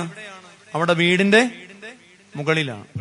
അപ്പോൾ ഒരുപക്ഷെ അവരുടെ വീട്ടിൽ അവരുടെ ജീവിതചര്യകളിൽ എന്തെങ്കിലുമൊക്കെ പ്രശ്നങ്ങൾ കാണുമ്പോൾ ഒരു പ്രവാചകൻ എന്ന നിലയിൽ ഏലിയാവ് വിളിച്ചു പറയുന്നുണ്ടാവും, നീ ഇപ്പൊ ചെയ്യുന്നത് തെറ്റാണ്. അതൊരു പക്ഷെ വർത്തമാനകാലത്തിനൊരു വ്യാഖ്യാനമാണെങ്കിൽ അങ്ങനാണ്. എന്നാൽ കുറച്ചും കൂടി ആഴമുള്ളൊരു വ്യാഖ്യാനം ചിലർ പറയുന്നുണ്ട്. അത് ഇതാണ്: യേശു ശമരിയാക്കാരിയോട് സംസാരിച്ചപ്പോൾ അവളോട് പറഞ്ഞല്ലോ, നിന്റെ ഭർത്താവിനെ വിളിച്ചുകൊണ്ട് വരാൻ. അപ്പോൾ അവൾ എന്ത് പറഞ്ഞു? എനിക്ക് ഭർത്താവില്ല എന്ന് പറഞ്ഞു. അപ്പോൾ യേശു പറഞ്ഞു, നിനക്ക് ഭർത്താവില്ല എന്ന് നീ പറഞ്ഞത് ശരിയാണ്, പക്ഷെ 7 ഭർത്താക്കന്മാർ നിനക്കുണ്ടായിരുന്നു. അപ്പോൾ അവളുടെ ഇന്നലത്തെ പാപജീവിതത്തെ ഓർപ്പിക്കുന്ന ഒരു കാര്യമാണ് യേശു അവിടെ ചെയ്തത്. ഇവിടെയും സമാനമായ ഒരു കാര്യമാണ്. മഴ കണ്ടിട്ടില്ലയോ? ആദ്യമായിട്ടാണ് മഴ. എന്നേക്കാളും കൂടുതൽ മഴ കണ്ടിട്ടുണ്ട്. തൽക്കാലം കുറച്ചു നേരത്തെ ഒരു 10-20 മിനിറ്റ് കൂടി ഞാൻ നിർത്തും. എന്നെ നോക്കിക്കും. അപ്പോ ഈ ഒരു അനുഭവത്തിൽ വേദപണ്ഡിതന്മാർ പറയുന്ന കാര്യം ഇതാണ്: ഇപ്പോൾ അവളുടെ മകൻ മരിച്ചു. അവൾ ഭാരപ്പെടുന്നത് എന്തിനെ ഓർത്താന്നറിയാമോ? ഇപ്പൊ കുറെ നാട്ടുകാരും വീട്ടുകാരും എല്ലാവരും കൂടെ വരും. എന്നിട്ട് അവര് പറയും, നിന്റെ ഭർത്താവ് ഇന്നാളിലെ മരിച്ചു പോയല്ലോ, നിന്റെ കയ്യിലിരിപ്പുണ്ട്. ഇപ്പം നിന്റെ മകൻ മരിച്ചു പോയല്ലോ, ജീവിതത്തിൽ എന്തെങ്കിലും നന്മ നിനക്കുണ്ടോ? നീ ഇന്ന് വരെ ജീവിച്ച നിന്റെ ജീവിതം കൊണ്ടാടി നിനക്കിതെല്ലാം നഷ്ടമാകുന്നത് എന്ന് പറയുമ്പോൾ അവളുടെ എന്തെങ്കിലും ഏറ്റുപറയപ്പെടാത്ത അവളുടെ പൂർവകാല ജീവിതത്തിന്റെ ഏതെങ്കിലും പാപസ്മരണകൾ അവളെ വേട്ടയാടുന്നത് കൊണ്ടാകണം മകൻ മരിച്ചു പോയ ഉടനെ ഒന്നും ചോദിക്കാതെ അവൾ ആദ്യമേ പ്രവാചകനോട് പറഞ്ഞ കാര്യം എന്താണ് പറഞ്ഞത്? എന്റെ മകനെ കൊല്ലേണ്ടതിനും എന്റെ പാപം ഓർപ്പിക്കേണ്ടതിനുമാകുന്നുവോ നീ എന്റെ അടുക്കൽ വന്നത്. പ്രിയമുള്ളവരെ, നമ്മളെല്ലാവരും വിശ്വാസ ജീവിതം നയിക്കുന്നുവെന്ന് വിശ്വസിക്കുന്നവരാണ്. പക്ഷെ ഒരു കാര്യം നമ്മൾ ചിന്തിക്കണം: നമ്മുടെ ഇന്നു വരെയുള്ള ജീവിത വഴികളിലെ ഏതെങ്കിലും പാപങ്ങൾ നമ്മളെ വേട്ടയാടുന്നുണ്ട്? ഇന്നലകളുടെ പാപങ്ങളുടെ ബന്ധനത്തിലാണോ നാം ഇന്ന് കഴിയുന്നത്? വളരെ ഗൗരവപൂർവം നമ്മൾ ഈ കാലഘട്ടത്തിൽ ഈ ചോദ്യം ചോദിക്കണം. വിശ്വാസ ജീവിതം കേവലം നയിക്കുന്നു എന്ന് പറഞ്ഞിട്ട് കാര്യമില്ല. അത് നിർമ്മലമായ വിശുദ്ധ ജീവിതമാകണം. അവിടെ വിശ്വാസ ജീവിതത്തിന് ആഴമില്ലാതെ പോയതിന്റെ കാരണം ഇന്നലകളുടെ പാപങ്ങൾ വേട്ടയാടുന്നൊരു വിശ്വാസ ജീവിതമായിരുന്നു സാരേഭാത്തിലെ വിധവയുടേതെന്ന് അവളുടെ വാക്കുകൾ തന്നെ പറയുന്നു. മാത്രവുമല്ല, അവളുടെ വാക്കുകളിൽ ഒരാഴമുള്ള നന്ദിയില്ലായ്മയുണ്ട്. ഇല്ലേ? ഏലിയാവ് അന്ന് വരെ അവൾക്കിരുന്ന് ഭക്ഷണം കൊടുത്തുകൊണ്ടിരിക്കുന്ന ഒരാളാണ്. ഉടനെ അവൾ ഏലിയാവിനോട് പറഞ്ഞു, എനിക്കും നിനക്കും തമ്മിൽ എന്ത്? എന്റെ മകനെ കൊല്ലേണ്ടതിനാണോ വന്നതെന്ന് അന്ന് വരെ ഏലിയാവ് ചെയ്ത എല്ലാ നന്മകളെയും മറന്നുകൊണ്ട് ഒറ്റ വാചകത്തിൽ ആ നന്മകൾക്കെല്ലാം വിരുദ്ധമായ സംസാരം ആരിൽ നിന്നുമുണ്ടായി? സാരേഭാത്തിലെ വിധവയിൽ നിന്നുമുണ്ടായി. നിങ്ങൾക്ക് ഞാൻ പറയുന്ന കേൾക്കാമോ? ആരും ഒന്നും പറഞ്ഞില്ല. കേൾക്കാമോ? കേൾക്കാം. ഓക്കെ. നമ്മുടെ മനസ്സൊക്കെ ഒന്ന് തണുത്തില്ലേ? മഴയെ അങ്ങനെ കണ്ടാ മതി. പ്രതികൂല ഇതൊന്ന് പറഞ്ഞ അവസാനിപ്പിച്ചു. പ്രിയമുള്ളവരെ, നമ്മുടെ വിശ്വാസ ജീവിതം ദൈവസന്നിധിയിൽ ആഴമുള്ളതാകണമെങ്കിൽ ഇന്നലകളുടെ പാപങ്ങളാൽ വേട്ടയാടപ്പെടാത്തൊരു വിശ്വാസം നമുക്കുണ്ടാകും. നമ്മുടെ ജീവിതങ്ങളിൽ ഏറ്റുപറയപ്പെടാത്ത ഒരു ഭൂതകാലവും ഉണ്ടാകരുത് ദൈവസന്നിധിയിൽ. ദൈവം ചെയ്ത നന്മകൾക്ക് നന്ദിയോടെ ദൈവസന്നിധിയിൽ നിൽക്കുന്ന ഒരു വിശ്വാസം ഉണ്ടാകും. ഒരു സംഭവം എന്നോട് ഒരാൾ പങ്കുവെച്ചൊരു സംഭവം ഒന്ന് പറയാമെന്ന് വിചാരിക്കുകയാണ്. ഞാനൊരു വിദേശ രാജ്യത്ത് പ്രസംഗിക്കാൻ പോയപ്പോൾ എന്റെ പ്രസംഗം കഴിഞ്ഞപ്പോൾ ഒരു വീട്ടമ്മ എന്നെ കാണണമെന്ന് പറഞ്ഞു. ഞാൻ ആ വീട്ടമ്മയെ കാണുവാൻ പ്രസംഗം കഴിഞ്ഞിട്ട് അവരൊരു 10 മിനിറ്റ് സമയം എന്നോട് സംസാരിച്ചപ്പോൾ അവരെന്നോട് പറഞ്ഞൊരു കാര്യം ഇതാണ്: അച്ഛാ, ഞാനും എൻ്റെ ഭർത്താവുമായിട്ട് ഇവിടെ സന്തോഷമായിട്ട് നാട്ടിൽ നിന്ന് വിവാഹം കഴിഞ്ഞ് ഇവിടെ വന്ന് 7-8 വർഷക്കാലം ഞങ്ങളിവിടെ വന്ന് സന്തോഷമായിട്ട് ജീവിച്ചു വരികയായിരുന്നു. എനിക്ക് വേണമെങ്കിൽ ക്ഷമിക്കാമായിരുന്നൊരു വിഷയത്തിൽ ഞാൻ എൻ്റെ ഭർത്താവുമായിട്ട് തെറ്റി. ഞാൻ ഒരിക്കലും അങ്ങനെ ചെയ്യാൻ പാടില്ലായിരുന്നു. പക്ഷേ ആ പിണക്കത്തിൽ നിന്നൊന്ന് ഇണങ്ങുവാൻ ഒരിക്കലും ഞങ്ങൾക്ക് സാധിച്ചില്ല. അങ്ങനെ സാധിക്കാതെ വന്നപ്പം ഇദ്ദേഹം എന്നോടൊപ്പമുള്ള താമസം മതിയാക്കി മറ്റൊരു ഫ്ളാറ്റിൽ പോയി മറ്റൊരു സ്ത്രീയുമായി വിവാഹ ജീവിതം ആരംഭിച്ചു. അന്ന് എനിക്കൊരു മകനുണ്ട്. ആ മകൻ എന്നോടൊപ്പമാണ് വളർന്നത്. അയാൾ പോയി മറ്റൊരു സ്ത്രീയോടൊപ്പം, മറ്റൊരു രാജ്യക്കാരിയായ ഒരു സ്ത്രീയോടൊപ്പം വിവാഹ ജീവിതം ആരംഭിച്ചു. കുറച്ചുനാൾ കഴിഞ്ഞപ്പോൾ ഞാൻ അറിഞ്ഞു ആ ബന്ധത്തിൽ അവർക്കൊരു മകളും ഉണ്ടായി എന്ന്. അങ്ങനെ രണ്ടിടത്തായി ഞങ്ങൾ, എൻ്റെ മകനും ഞാനും ഒരിടത്തും, അയാൾ പുതുതായി വിവാഹം കഴിച്ച ഭാര്യയും ആ ബന്ധത്തിലുണ്ടായ മകളും മറ്റൊരിടത്തുമായി ജീവിച്ചു വരികയാണ്. അങ്ങനെ ജീവിച്ചു വരുന്ന സാഹചര്യത്തിൽ കുറെ നാളുകൾ അങ്ങനെ പോയി കഴിഞ്ഞപ്പോൾ അയാളെ ഉപേക്ഷിച്ച് ആ ഭാര്യ മറ്റൊരുത്തൻ്റെ കൂടെ പോയി. അയാളും ആ മകളും മാത്രം ആ സ്ഥലത്തായി. ഇത് ഞാൻ അറിഞ്ഞു. എനിക്ക് വേണമെങ്കിൽ ക്ഷമിക്കാമായിരുന്ന ഒരു വിഷയത്തിന്റെ പുറത്താണല്ലോ ഇതെല്ലാം ഉണ്ടായതെന്ന് ചിന്തിച്ചപ്പം ഞാൻ കരുതി ആ മനുഷ്യനെ തിരികെ എൻ്റെ ജീവിതത്തിലേക്ക് ക്ഷണിക്കാമെന്ന്. അങ്ങനെ ഞാൻ പോയി അയാളെയും അയാളുടെ മകളെയും എൻ്റെ ജീവിതത്തിലേക്ക് തിരികെ ക്ഷണിച്ചുകൊണ്ട് വന്നു. ഞങ്ങൾ അങ്ങനെ കഴിഞ്ഞ 12 വർഷമായി ഒരുമിച്ച് ജീവിച്ചു വരികയാണ്. എന്നാൽ അച്ഛാ, ഇപ്പം രാത്രിയിൽ കിടന്നാൽ ഉറക്കമില്ല. കാരണം എന്തെന്നറിയാമോ? അയാള് രണ്ടാമത് വിവാഹം കഴിച്ച സ്ത്രീ മറ്റൊരു ഫേഷ്യൽ, നമ്മുടെ മംഗളോയിഡ്സ് എന്ന് പറയുന്ന പോലെ ഒരു ഇന്തോനേഷ്യൻസിന്റെയൊക്കെ ചൈനീസിന്റെയൊക്കെ മുഖമുണ്ടല്ലോ, അങ്ങനെയുള്ള മുഖമുള്ള ഒരു കുട്ടി, ഒരു സ്ത്രീയായിരുന്നു. അതുകൊണ്ട് ആ മകൾക്ക് അവരുടെ ഒരു മുഖഭാവമാണ്. അപ്പൊ എൻ്റെ മകനോ ആ മകൾക്കോ അറിയത്തില്ല കഴിഞ്ഞ 12 വർഷമായി അവർ ഒരുമിച്ച് ജീവിക്കുന്നുവെങ്കിലും 2 ബന്ധത്തിലുണ്ടായ കുഞ്ഞുങ്ങളാന്ന് അവർക്കറിയത്തില്ല. പക്ഷെ ഇപ്പൊ എൻ്റെ മകന് തിരിച്ചറിവായി. അവന്റെ അനിയത്തിയുടെ മുഖഭാവത്തിലുള്ള ഈ വ്യത്യാസം എന്താണെന്ന് അവന്റെ അപ്പനോടും എന്നോടും ചോദിച്ചു തുടങ്ങി. അപ്പൊ ഞങ്ങൾ രാത്രിയിൽ ഉറക്കമില്ലാതെ കിടക്കുകയാണിപ്പം. അദ്ദേഹത്തിനൊരു പ്രയാസമാണ്. ഈ അദ്ദേഹത്തിന്റെ കയ്യിൽ നിന്ന് വന്ന ഒരു വീഴ്ച കൊണ്ട് ഇങ്ങനെ ഉണ്ടായ ഒരു മകളാണ് അവളെന്നറിഞ്ഞാൽ ഈ മകൻ തന്നെ വെറുക്കുമോ എന്ന അപ്പൻ ഭാരപ്പെടുകയാണ്. എനിക്കും അങ്ങനെ ഒരു ഭാരമുണ്ട്. എൻ്റെ കൂടെയുള്ള മകൻ ഞാൻ അപ്പനോട് ഇങ്ങനെ പെരുമാറിയത് കൊണ്ടാണല്ലോ ഈ ഒരു ജീവിതം ഉണ്ടായതെന്ന പ്രയാസത്തിലായിരിക്കുമെന്ന് കരുതി ഞാനും വല്ലാതെ ഭാരപ്പെടുകയാണ് അച്ഛാ. സത്യത്തിൽ ഒരിക്കൽ ചെയ്തു പോയ ഒരു തെറ്റിന്റെ പേരിൽ ജീവിതം ഇന്ന് നീറി ഞങ്ങൾ രണ്ടുപേരും കഴിക്കുകയാണ്. ഒറ്റ ദിവസം സമാധാനത്തോടെ ഉറങ്ങാൻ പറ്റുന്നില്ല. മക്കൾ ഞങ്ങളെ വെറുത്തു പോകുമോ എന്ന് ചിന്തിക്കുകയാണ്. പ്രിയമുള്ളവരെ, ഇത് വിശ്വാസ ജീവിതത്തിന്റെ ഏറ്റവും വളരെ പ്രയാസമേറിയ ഒരു തലമാണ്. ഞാൻ ആ ഭാഗം അവസാനിപ്പിക്കട്ടെ. സാരേഭാത്തിലെ വിധവയുടെ ജീവിതത്തിന്റെ ബലഹീനമായ വിശ്വാസത്തിന്റെ 3 തലത്തെയും ഏലിയാവ് പരിഹരിക്കുന്നു. ഒന്നാമത്, അവൾ കനൽ വഴികളിൽ ദൈവകൽപ്പന ഗണ്യമാക്കാതെ പോയ ജീവിതമാണെങ്കിൽ അവളെ അതിലേക്ക് ഏലിയാവ് കൊണ്ടുവരുന്നു. രണ്ടാമത്, അവിടെ വിശ്വാസ ജീവിതം അപ്പത്തിന്റെ സമൃദ്ധിയിലുണ്ടായ അല്പവിശ്വാസ ജീവിതമാണെങ്കിൽ അതുകൊണ്ട് അത് വളരെ വേഗം തണുത്തു പോയപ്പോൾ പിന്നീട് അവളുടെ ജീവിതത്തിൽ വലിയൊരു പരീക്ഷണങ്ങളുടെ കാലഘട്ടങ്ങളിൽ അവൾ നന്ദികേടിന്റെയും ഇന്നലത്തെ പൂർവ്വകാല പാപങ്ങളുടെയും ബന്ധനത്തിലാണ് കഴിയുന്നതെന്ന് മനസ്സിലാക്കിയപ്പോൾ ഏലിയാവ് അവളോട് മറുത്തൊന്നും പറഞ്ഞില്ല. അവളോട് പറഞ്ഞു, നിന്റെ പ്രശ്നം എന്താ? നിന്റെ കുഞ്ഞ് മരിച്ചു പോയതാണോ? അവനെ ഇങ്ങ് കൊണ്ടുപോവാ എന്ന് പറഞ്ഞു. ഏലിയാവ് ആ കുഞ്ഞിനെയും എടുത്തുകൊണ്ട് തന്റെ മുറിയിലേക്ക് പോയി. അവിടെ ആ കുഞ്ഞിനെ താൻ കിടക്കുന്ന മുറിയിൽ വെച്ച് പ്രാർത്ഥിച്ചു. ആ കുഞ്ഞിന്റെ ജീവൻ അവനിലേക്ക് മടങ്ങി വന്നു. ആ കുഞ്ഞിനെ അവളുടെ കയ്യിലേക്ക് കൊടുത്തപ്പോൾ അവൾ ഏറ്റു പറഞ്ഞു, നിന്റെ ദൈവമാണ് ദൈവം. നോക്കൂ, വളരെ ബലഹീനമായ ഒരു വിശ്വാസ ജീവിതത്തിൽ നിന്ന് നിന്റെ ദൈവമാണ് സത്യദൈവം എന്ന വലിയ ആഴമുള്ള ബോധ്യങ്ങളിലേക്ക് അവിടെ വിശ്വാസ ജീവിതത്തെ പരിവർത്തനം ചെയ്യുവാൻ തക്കവണ്ണമാണ് ദൈവം ഏലിയാവിനെ ഉപയോഗിച്ചത്.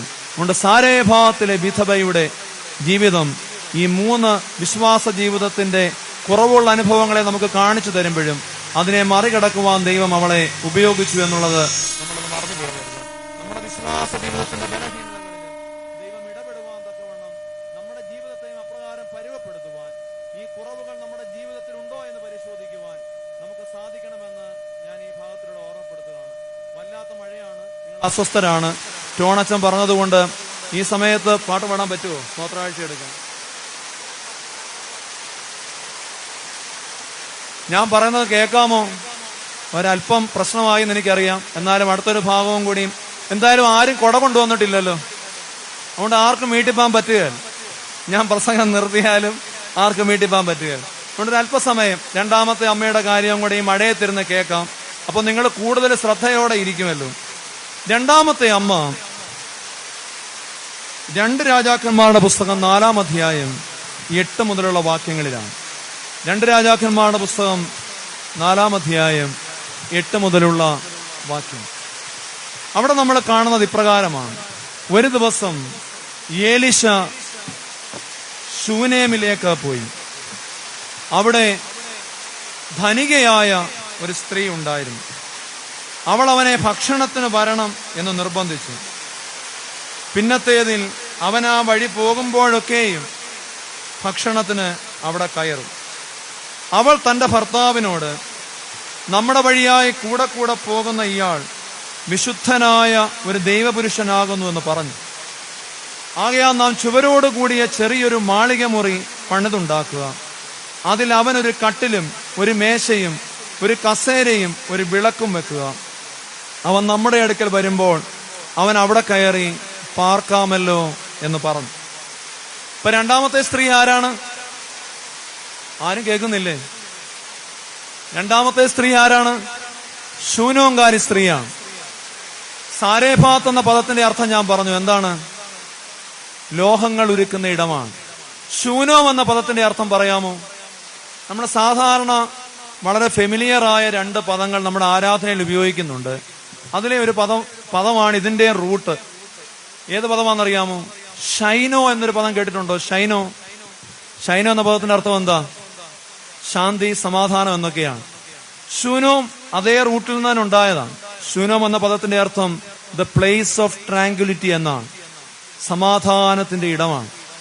സാരേഫാത്ത് പരീക്ഷണത്തിന്റെ ഇടമാണെങ്കിൽ ശൂനോം സമാധാനത്തിന്റെ ഇടമാണ്. ഞാൻ പറഞ്ഞല്ലോ, ഒന്നാമത്തെ അമ്മയുടെ ജീവിതം ദൈവം ഉപയോഗിച്ച ജീവിതമാണെങ്കിലും അവിടെ വിശ്വാസ ജീവിതത്തിന്റെ ബലഹീനതകളെ പരിഹരിച്ചുകൊണ്ടാണ് ഉപയോഗിച്ചത്. ആ അമ്മയുടെ ജീവിതത്തിൽ നമ്മുടെ ആനുകാലിക വിശ്വാസ ജീവിതത്തിന്റെ 3 കുറവുകളെയും നാം കണ്ടു. അവയെ എങ്ങനെയാണ് ഏലിയാവ് പരിഹരിച്ചതെന്നും കണ്ടു. രണ്ടാമത്തെ ഈ അമ്മയുടെ ജീവിതം നമ്മുടെ ഇന്നത്തെ വിശ്വാസ ജീവിതത്തിനൊരു വെല്ലുവിളിയാണ്. കാര്യം അത്രയും ആഴമുള്ള ഒരു വിശ്വാസത്തിന്റെ തലം ശൂനോങ്കാരി സ്ത്രീയിൽ കാണാം. പക്ഷെ ഇവർ തമ്മിൽ ആത്യന്തികമായ ചില വ്യത്യാസങ്ങളുണ്ട്. നമുക്കറിയാമല്ലോ, സാരേഫാത്തിലെ വിധവയായ സ്ത്രീയാണ് എന്ന് പറഞ്ഞാൽ അവൾക്ക് ഏലിയാവ് അവിടെ അടുക്ക വരുമ്പോൾ അവൾക്ക് ഭർത്താവില്ല. ആരുണ്ട്? ഒരു മകനുണ്ട്. എന്നാൽ ശൂനോങ്കാരി സ്ത്രീയുടെ അടുക്കലേക്ക് വന്ന പ്രവാചകൻ ആരാണ്? ഏലിശയാണ്. ഏലിശ ശൂനോങ്കാരി സ്ത്രീയുടെ അടുക്ക വരുമ്പോൾ ശൂനോങ്കാരി സ്ത്രീക്ക് ഭർത്താവുണ്ട്, പക്ഷെ ആരില്ല? ഒരു മകനില്ല. ആത്യന്തികമായ ചില വ്യത്യാസങ്ങൾ ഞാൻ ആദ്യമേ പറയുന്നത് ഇന്നത്തെ ഈ ഒരു സാഹചര്യം കൊണ്ടാണ്. ഈ ഒരു സാഹചര്യങ്ങൾ മനസ്സിലാക്കിയിരിക്കണം. രണ്ടാമത്, സാരേഫാത്തിലെ വിധവ ദരിദ്രയായ ഒരു സ്ത്രീയായിരുന്നു. എന്നാൽ ശൂനോങ്കാരി സ്ത്രീയെ പരിചയപ്പെടുത്തുമ്പോൾ ആദ്യ വാക്യത്തിൽ തന്നെ പറയുന്ന വാക്യം എന്താണ്? ഒരു ദിവസം ഏലിശ ശൂനേമിലേക്ക് പോയി. തൊട്ടടുത്ത വാക്യം എന്താ? അവിടെ ധനികയായ ഒരു സ്ത്രീ ഉണ്ടായിരുന്നു എന്നാണ്. ശൂനോമിലെ സ്ത്രീ ധനികയായ, ധനാട്ടിയായ ഒരു സ്ത്രീയായിരുന്നു. എന്നിട്ടും അവൾ ചെയ്തത് എന്താണ്? ഏലിയാവിനെ പുലർത്തണമെന്നൊരു ദൈവകൽപ്പന ആർക്കുണ്ടായിരുന്നു? സാരേഫാത്തിലെ വിധവയ്ക്കുണ്ടായിരുന്നു. എന്നാൽ ഏലിശായെ പുലർത്തണമെന്ന ഒരു ദൈവകൽപ്പനയും ആർക്കില്ലായിരുന്നു? ശൂനോങ്കാരി സ്ത്രീക്കില്ലായിരുന്നു. നമ്മൾ വായിക്കുന്നതെന്നറിയാമോ?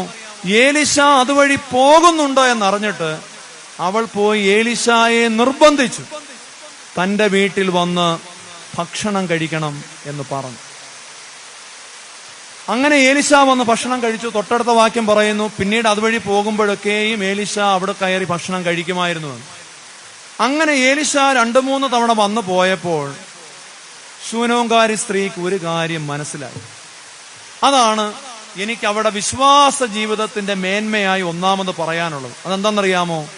ഞാൻ പറയും, സമ്പന്നതയിലും സമൃദ്ധിയിലും ദൈവത്തിനിടം കൊടുത്തൊരു വിശ്വാസ ജീവിതമായിരുന്നു. ആരുടേത്? ശൂനോങ്കാരവും. സാരേഭാത്തിലെ വിധവ കനൽ വഴികളിൽ കൽപ്പന മറന്ന വിശ്വാസ ജീവിതമായിരുന്നുവെങ്കിൽ ശൂനോങ്കാരി സ്ത്രീയുടേത് സമ്പന്നതയിലും ദൈവത്തിനൊരിടമൊരുക്കിയ വിശ്വാസ ജീവിതമായിരുന്നു. ഇത് വളരെ ഗൗരവപൂർവ്വം നമ്മൾ കാണണം. പ്രിയമുള്ളവരെ, നമ്മുടെ വിശ്വാസ ജീവിതത്തിൽ, നമ്മുടെ ജീവിതത്തിലെ സങ്കടങ്ങളും ദുഃഖങ്ങളും വരുമ്പോഴാണോ ദൈവത്തോട് നമ്മൾ അടുത്തു വരുന്നത്? അതോ നമ്മുടെ ജീവിതത്തിലെ എല്ലാ സുഖ സൗകര്യങ്ങളും ഉള്ളപ്പോഴാണോ? സാധാരണ എപ്പോഴാണ് ദൈവത്തോട് അടുക്കാനുള്ള സാധ്യത കൂടുതൽ? എപ്പോഴാണ്? നമ്മുടെ ജീവിതത്തിൽ ദുഃഖങ്ങളുള്ളപ്പോഴാണ്. പക്ഷേ ശൂനോങ്കാരി സ്ത്രീയുടെ ജീവിതത്തിൽ അവൾ സമ്പന്നയാണ്, ധനികയാണ്. എന്നിട്ടും ഏലീശ അവളുടെ വീട്ടിൽ 2-3 തവണ വന്നു പോയപ്പോൾ അവൾക്കൊരു കാര്യം മനസ്സിലായി. എന്തെന്നറിയാമോ? ഞാൻ സമ്പന്നയായിരിക്കുന്നുവെങ്കിലും എന്റെ വീട്ടിൽ ഒന്നിനും ഒരു കുറവുമില്ലെങ്കിലും എന്റെ വീട്ടിൽ ഒരു കുറവുണ്ട്. അതെന്താണെന്ന് നമ്മൾ കണ്ടുപിടിച്ചു. പക്ഷെ നിങ്ങൾ ഈ വാക്യം വായിച്ചപ്പോൾ ശ്രദ്ധിച്ചു കാണും. എനിക്ക് ഒരു കാര്യം ഉറപ്പാണ്, ശൂനോങ്കാരി സ്ത്രീ ഒരു ഓർത്തഡോക്സുകാരിയാണ്. എന്താന്ന് ഞാൻ കാര്യം പറയാമോ? ഒരു ഓർത്തഡോക്സുകാരനായിരുന്നു അച്ചായൻ.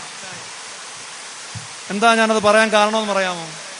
നമ്മൾ ഇത്രയും വാക്യങ്ങൾ വായിച്ചല്ലോ, എവിടെയെങ്കിലും ശൂനോങ്കാരി സ്ത്രീയുടെ ഭർത്താവിനെ പറ്റി പറഞ്ഞോ? വീട്ടിൽ ഏലീശ വന്നു, ഭക്ഷണം കഴിച്ചു, 2-3 തവണ പോയി. അവിടെ എങ്ങും ഭർത്താവിനെ പറ്റി ഒരു പരാമർശമില്ല. കാരണം എന്താണെന്നറിയാമോ? വീട്ടിലെ ആത്മീയതയെല്ലാം ആരെ ഏൽപ്പിച്ചേക്കുക? അതാ പ്രാർത്ഥനയ്ക്ക് വരുവാ അച്ഛാ, അതാ അവള് പോകുന്നുണ്ട്. അതിന് പോകുന്നുണ്ടോ അച്ഛാ? അതെ, വീട്ടിലെ ഞാൻ എല്ലാത്തിനും അവളെ അനുവദിച്ചിട്ടുണ്ട്.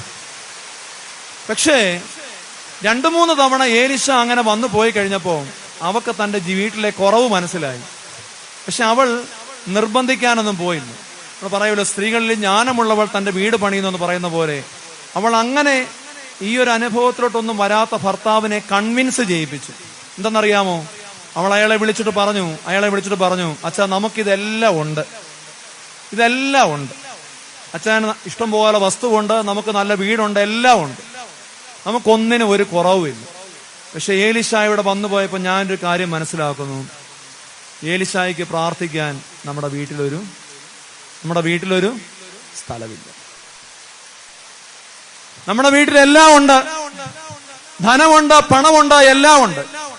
നിങ്ങൾ ഇതിനോട് ചേർത്ത് ചിന്തിക്കേണ്ട കാര്യമാണ്. സാരേഭാത്തിലെ വിധവ ദരിദ്രയായിരുന്നെങ്കിലും അവിടെ വീട്ടിൽ ഒരു പ്രാർത്ഥനാമുറി ഉണ്ടായിരുന്നു. ശൂനോങ്കാരി സ്ത്രീ ധനികയായിരുന്നുവെങ്കിലും അവൾ തിരിച്ചറിയുന്നു തന്റെ ജീവിതത്തിന്റെ അനുഗ്രഹത്തിന് തടസ്സമായതിന്റെ ഒരു കാരണം, തനിക്ക് എല്ലാ സമൃദ്ധിയും ഉണ്ടെങ്കിലും തന്റെ വീട്ടിൽ ദൈവത്തിനൊരു ഇടമില്ല.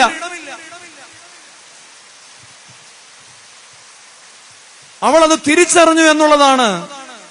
എല്ലാ സമൃദ്ധിയുടെയും നടുവിൽ അവൾ തിരിച്ചറിഞ്ഞു എന്നുള്ളതാണ് അവിടെ വിശ്വാസ ജീവിതത്തിന്റെ മേന്മ. ഇന്ന് നമ്മുടെ അപകടം, നമ്മുടെ വീട്ടിലെ എല്ലാ സമൃദ്ധികൾക്കും നടുവിൽ ദൈവമില്ല എന്നത് ഇന്ന് നമുക്കൊരു പ്രശ്നമേ അല്ലാതായിരിക്കും. പണ്ടൊരു കഥയിൽ വായിച്ച പോലെ എല്ലാവരും ഒരു ഗ്രാമത്തിലേക്ക് പോകുമ്പോൾ അതിന്റെ വാതുക്കലുള്ള ഒരു കടയിൽ നിന്ന് മെഴുകുതിരി മേടിച്ചുകൊണ്ട് പോകും. കാര്യം അങ്ങോട്ടുള്ള ഗ്രാമത്തിൽ വഴിവിളക്കുകളോ കരണ്ടോ ഇല്ല. പക്ഷെ ഒരു മനുഷ്യൻ മാത്രം കുറെ നാളുകൾ കഴിഞ്ഞപ്പോൾ മെഴുകുതിരി മേടിക്കാതായി. അയാൾ ആ ദിവസവും മെഴുകുതിരി മേടിക്കാതെ ആ ഗ്രാമത്തിലേക്കുള്ള നടപടിയിൽ പോകുന്നത് കണ്ടപ്പോൾ കടക്കാരൻ വിളിച്ച് ചോദിക്കുന്നുണ്ട്, ചേട്ടന് മെഴുകുതിരി ഒന്നും വേണ്ടേ? പോന്ന വഴിയൊക്കെ ഇരുട്ടല്ലേ എന്ന് ചോദിച്ചപ്പോ അയാൾ പറഞ്ഞു, നടന്ന് ഇപ്പം വെളിച്ചമില്ലാതെയും നടക്കാൻ ഞാൻ ശീലിച്ചിരിക്കുന്നു. അത് ഈ കാലത്തിന്റെ ഒരു ദുരന്തമാണ് പ്രിയമുള്ളവരെ. എല്ലാ സമൃദ്ധികൾക്കും നടുവിൽ വെളിച്ചമില്ലാതെ ജീവിക്കുവാൻ, ദൈവത്തിന് ഇടം കൊടുക്കാതെയും ജീവിക്കുവാൻ നാം പരിശീലിച്ചു കഴിഞ്ഞിരിക്കുന്നു. ദൈവമില്ലാത്തതൊന്നും ഇന്ന് നമുക്കൊരു പ്രശ്നമേ അല്ല. നമ്മുടെ തലമുറയുടെ ജീവിതത്തിൽ അവരെല്ലാ സമൃദ്ധികളുടെ നടുവിലാണ് ജീവിക്കുന്നത്. എന്നാൽ അവർക്ക് ദൈവമുണ്ടോ നമ്മൾ ചിന്തിച്ചിട്ടുണ്ടോ? അവരുടെ ജീവിതത്തിൽ ദൈവത്തിന് ഇടമുണ്ടോ എന്ന് ചിന്തിച്ചിട്ടുണ്ടോ? എന്നെ അടുത്ത് വളരെ ലജ്ജിപ്പിച്ചൊരു കാര്യം. ഒരു ദിവസം ഞാൻ വീട്ടിൽ വന്നിട്ട് ഞാനിങ്ങനെ മൊബൈൽ എടുത്ത് നോക്കുമ്പോൾ ഒരു റീൽസാണ്. അതിൽ കാനഡയിൽ നിന്ന് വന്ന ഒരു 10-32 വയസ്സുണ്ട് ഏകദേശം തോന്നിക്കും. അവർക്ക് ഒരു സ്ത്രീയാണ്, ഒരു വീട്ടമ്മയാണെന്ന് വിചാരിച്ചോളൂ. അപ്പൊ അവരിങ്ങനെ ഇപ്പൊ എല്ലാവരും വ്ളോഗാണല്ലോ, നാട്ടിൽ വന്നിട്ട് ഉള്ള സ്ഥലത്തെല്ലാം പോയി മൊബൈലിനകത്ത് വ്ളോഗ് എടുത്തിടുക. അപ്പൊ അവരിങ്ങനെ പറയുകയാണ്, ഹലോ ഗൈസ്, ഞാനിപ്പോ നിൽക്കുന്നത് ഇന്ന സ്ഥലത്തെ ഷാപ്പിലാണ്. 37 വയസ്സുള്ള വീട്ടമ്മയാട്ടോ, ക്രിസ്ത്യാനിയാ, കുരിശൊക്കെ കിടപ്പുണ്ട് മാലയിൽ. അവർ പറയുകയാണ്, ഞാനിപ്പോ നിൽക്കുന്നത് ഇന്ന സ്ഥലത്തെ ഷാപ്പിലാണ്. ഈ തവണ കാനഡയിൽ നിന്ന് വരുമ്പോഴേ അച്ചായൻ പറഞ്ഞായിരുന്നു, നിന്നെ ഞാൻ നാട്ടിൽ പോയിട്ട് ഒരു സ്ഥലത്ത് കൊണ്ടുപോകും, അവിടെ നല്ല ഒന്നാന്തരം മധുരക്കള്ള് കിട്ടും. ദാ ഗൈസ്, ഇവിടെ കല്ലുമക്ക വറുത്തതുണ്ട്, ഇവിടെ ഞണ്ട് വറുത്തതുണ്ട്, ഇവിടെ പ്രോൺസ് വറുത്തതുണ്ട്, എല്ലാരും ഇങ്ങോട്ട് പോരെ. അവക്ക് വെള്ളമടിക്കണമെങ്കിൽ വെള്ളമടിച്ചാൽ പോരെ, നാട്ടുകാരെ കാണിക്കണം. പണ്ടൊക്കെ നാട്ടിലൊക്കെ ഗൾഫിൽ നിന്നോ വെളിയിൽ നിന്നോ ഒരാൾ വരുമ്പം പറയും, ഈ തവണ വന്നിട്ട് പോകുമ്പോൾ പരിമലപ്പള്ളിയിൽ ഒന്ന് പോകണം, അല്ലെ മണർകാട് പള്ളിയിൽ ഒന്ന് പോകണം. അങ്ങനെയൊക്കെയായിരുന്നു നമ്മുടെ ടൂർ പാക്കേജുകൾ. ഇപ്പൊ അവിടുന്ന് വരുമ്പോഴേ പാക്കേജാണ്, ഷാപ്പിൽ പോകണം, കല്ലുമക്ക കഴിക്കും, എന്നുള്ള നാട്ടുകാരെ കാണിക്കും. ഹലോ ഗൈസ്, ഇത്ര മനോഹരമായ ആചാരം നമ്മൾ വളരെ ഗൗരവപൂർവ്വം ചിന്തിക്കണം. നമ്മുടെ സമൃദ്ധികൾക്കിടയിൽ ദൈവത്തിനൊരിടമുണ്ടോ? അതുകൊണ്ട് എന്താ സംഭവിക്കുന്നത്? ഇന്നലെ വിവാഹം, നാളെ വിവാഹമോ? കാരണം ഇന്നലത്തെ പാപങ്ങളൊന്നും ഇന്ന് നമുക്ക് പാപങ്ങളല്ല. പണ്ട് നമ്മുടെയൊക്കെ ചെറുപ്പത്തിൽ മദ്യപിക്കുന്നത് പാപമാണ്, ഇന്നത് പാപമാണോ? പാപമാണോ? പലർക്കും പാപമല്ല. പുകവലിക്കുന്നത് പാപമാണോ? ഇന്ന് പാപമേ അല്ല, ലഘുവായ പാപം. ഞങ്ങൾ അങ്ങനെ വലിയ പാപങ്ങളൊന്നും ചെയ്യാറില്ല, പാപങ്ങൾ ഇതില്ല. ഇന്നിപ്പോ ചില TV പ്രോഗ്രാമുകളുണ്ടല്ലോ, വേദപുസ്തകം അസന്നിഗ്ധമായി പറയുന്നുണ്ട്, സ്വവർഗഭോഗികൾ സ്വർഗരാജ്യം അവകാശമാക്കുക. ഇന്ന് മലയാളികൾ വീട്ടിലിരുന്ന് കാണുകയാണ്. അവർ തമ്മിൽ ഒരുമിച്ച് അതിനകത്ത് വന്ന് പങ്കെടുത്തല്ലോ, നല്ല പിള്ളേരല്ലേ, അവരെ പോലെ ജീവിച്ചാൽ എന്നാ കുഴപ്പം? കല്യാണം കഴിക്കണം നിർബന്ധമുണ്ടോ? നമ്മുടെ കുഞ്ഞുങ്ങളുടെ ചിന്തയാണ്. കാര്യം ഈ മീഡിയ എല്ലാം they are normalising the sin, പാപത്തെ സാമാന്യവൽക്കരിക്കുകയാണ്. ഇന്നലത്തെ പാപങ്ങളൊന്നും ഇന്ന് പാപങ്ങളല്ലാതായി മാറുകയാണ്. അതുകൊണ്ട് തിരിച്ചറിവുണ്ടാകണം പ്രിയമുള്ളവർ.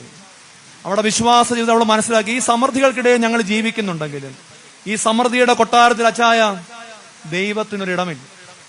She was so particular. അവൾ പറഞ്ഞു, നമ്മുടെ വീട്ടിൽ ചുവരോട് കൂടിയ ഒരു ചെറിയ മാളിക മുറി നമുക്ക് പണിതുണ്ടാക്കണം, അവിടെ ഒരു കട്ടിലും ഒരു വിളക്കും ഒരു കസേരയും നമുക്ക് ഇടണം, അവൻ വരുമ്പോൾ അവൻ അവിടെ കയറി പാർക്കാമല്ലോ. She was so particular. എന്ത് വേണമെന്ന് വരെ അവക്കറിയാം. പ്രവാചകന് വലിയ ആർഭാടമൊന്നുമില്ല. അയാൾക്ക് കിടക്കാൻ ഒരു കട്ടിൽ വേണം, ഇരുന്ന് വേദപുസ്തകം വായിക്കാൻ ഒരു മേശയും ഒരു കസേരയും വേണം, രാത്രിയിൽ എഴുന്നേറ്റിരുന്ന് ദൈവത്തെ പ്രാർത്ഥിക്കുമ്പോൾ ഒരു വിളക്ക് വേണം. അങ്ങനെ എല്ലാ സമൃദ്ധികൾക്കുമിടയിൽ അവൾ ദൈവത്തിനൊരു ഇടം കൊടുക്കും. നമ്മുടെ വിശ്വാസ ജീവിതം, അവിടെ വിശ്വാസ ജീവിതം വെല്ലുവിളിക്കുന്നത് അതുകൊണ്ടാണ്. സമൃദ്ധികൾക്കിടയിൽ ദൈവത്തെ മറന്നു പോകുമ്പോൾ സമൃദ്ധികൾക്കിടയിൽ ദൈവത്തിന് ഇടം കൊടുക്കുന്ന ഒരു വിശ്വാസ ജീവിതം ശൂനോമിലെ സ്ത്രീ കാണിച്ചു തരുന്നു. രണ്ടാമത് അവിടെ വിശ്വാസം നമ്മളെ വെല്ലുവിളിക്കുന്ന എവിടെയാണെന്ന് അറിയാമോ? ഞാൻ പറയും, സങ്കടങ്ങൾക്കിടയിലും കരുതലിന്റെ കരം നീട്ടിയവളാണ് ശൂനോമിലെ വിശ്വാസ ജീവിതം. സങ്കടങ്ങൾക്കിടയിലും കരുതലിന്റെ കരം നീട്ടുന്ന വിശ്വാസ ജീവിതമായിരുന്നു ആരുടേത്? ശൂനോമിലെ സ്ത്രീയുടേത്. അതെന്താണ് ഞാൻ പറഞ്ഞതെന്ന് പറയാം. നിങ്ങൾ വിചാരിക്കും അവർക്ക് മറ്റു കുറവൊന്നും ഇല്ലല്ലോ എന്ന്. പക്ഷെ സമ്പത്തെല്ലാം ഉണ്ടെങ്കിലും ഒരു സ്ത്രീയുടെ ജീവിതത്തിലെ ഏറ്റവും വലിയ കുറവെന്താ പ്രിയമുള്ളവരെ? അവർക്കൊരു കുഞ്ഞില്ല എന്നുള്ളതാണ്. ഇത്രയും വലിയൊരു സങ്കടം ശൂനോമിലെ സ്ത്രീയുടെ ഹൃദയത്തിലുണ്ട്. എന്നാൽ എന്നിട്ടും അവൾ ആ സങ്കടങ്ങളെല്ലാം ഉള്ളിൽ ഒതുക്കിക്കൊണ്ട് അവൾ ഈ ദൈവത്തിന് ഇടമൊരുക്കിയപ്പോൾ, ഏലിശ അത് കഴിഞ്ഞുള്ള രാത്രിയിൽ അവിടെ വന്നപ്പോൾ ആ വീട്ടിൽ കയറി താമസിച്ചു കഴിഞ്ഞ് അവരുടെ അതിഥി സൽക്കാരവും ഈ മുറിയും എല്ലാം പണിതിരിക്കുന്നത് കണ്ടു കഴിഞ്ഞപ്പോൾ ഏലിശ അവളോട് പറയുന്നൊരു കാര്യമുണ്ട്, നീ ഇത്രത്തോളം ഞങ്ങളെ കരുതിയല്ലേ, നിന്റെ ഈ സങ്കടങ്ങൾക്കിടയിലും നീ ഇത്രത്തോളം ഞങ്ങളെ കരുതിയല്ലേ. പ്രിയമുള്ളവരെ, സങ്കടങ്ങളിൽ നിരാശപ്പെടുകയും പ്രാകുകയും സാരേഫാത്തിലെ വിധവ ആദ്യം ചെയ്തതുപോലെ ഒരുപക്ഷെ ദൈവത്തെ കുറ്റപ്പെടുത്തുകയും നന്ദികെട്ട ഭാഷയെ സംസാരിക്കുകയും ഒക്കെ ചെയ്യുന്ന സാമാന്യ ജനങ്ങളാണ് നമ്മൾ. ഇവിടെ എന്നാൽ എല്ലാ സങ്കടങ്ങൾ കടലിന് നടുവിലും ഒരു സ്ത്രീ ദൈവത്തിന് ഇടമൊരുക്കുകയാണ്. അവളുടെ എല്ലാ സങ്കടങ്ങളും ഉള്ളിൽ ഒതുക്കി അവൾ മറ്റുള്ളവരെ കരുതുകയാണ്. ഇന്ന് എത്ര പേർക്ക് ഈ കരുതലിന്റെ ഭാവമുണ്ട്? ഇപ്പൊ ഞാൻ പറയുന്നത്, പള്ളിയിൽ നിന്ന് ഇപ്പം മഴയാണ്, വീട്ടിൽ പോകാൻ ഇവിടെ ഒരു 50 കുടയുണ്ട്. അത് ആവശ്യമുള്ളവർക്ക് എടുത്തുകൊണ്ട് പോകാമെന്ന് പറഞ്ഞാൽ അതിൽ അവിടെ വെച്ചാൽ ഇവിടെ ഇപ്പൊ ഇത് കഴിഞ്ഞാൽ ഉടനെ എന്ത് നടക്കും? അടി നടക്കും. നമ്മൾ ഓർക്കേണ്ട ഒരു കാര്യമുണ്ട്. പ്രകൃതി പോലും നമ്മളെ പഠിപ്പിക്കുന്നു. നമുക്കറിയാമല്ലോ, ഈ ചൂരൽമലയിൽ ഉരുൾപൊട്ടൽ നടന്ന ദിവസം പിറ്റേ ദിവസം പത്രത്തിൽ വന്ന വാർത്ത ഒരു കാട്ടാനയുടെ പട ഉൾപ്പെടെയായി. അതിന് പിറകിലെ കാര്യങ്ങൾ ഒരുപക്ഷെ നിങ്ങൾ വായിച്ചിട്ടുണ്ടാകാം. നിങ്ങളുടെ ഓർമ്മയിലേക്ക് ഞാനൊന്ന് കൊണ്ടുവരുന്നത് മാത്രമേ ഉള്ളൂ. ആ കാട്ടാന ഇങ്ങനെ, ആ സ്ത്രീ പറയുകയാണ്, ഒരു അമ്മ പറയുകയാണ്, ഞങ്ങളുടെ ആ ഊരിലേക്ക് ഈ കാട്ടാന നിരന്തരം കയറി വരുമായിരുന്നു ഉരുൾപൊട്ടലൊക്കെ ഉണ്ടാകുന്നതിന് മുമ്പ്.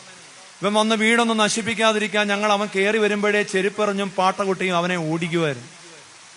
എന്നാൽ അന്ന് രാത്രിയിൽ ഉരുൾപൊട്ടി വലിയ ശബ്ദത്തിൽ ഞങ്ങളുടെ വീടും കുടിയും എല്ലാം നഷ്ടപ്പെട്ട് കയ്യിൽ കിട്ടിയ കുഞ്ഞുങ്ങളെ മാത്രം പെറുക്കിയെടുത്ത് ഞങ്ങൾ ആ മല കയറി ഓടി റോഡിലെത്തുമ്പോൾ ഞങ്ങൾ ചെന്നുപെടുന്നത് ഈ കാട്ടാനയുടെ മുമ്പിലാണ്.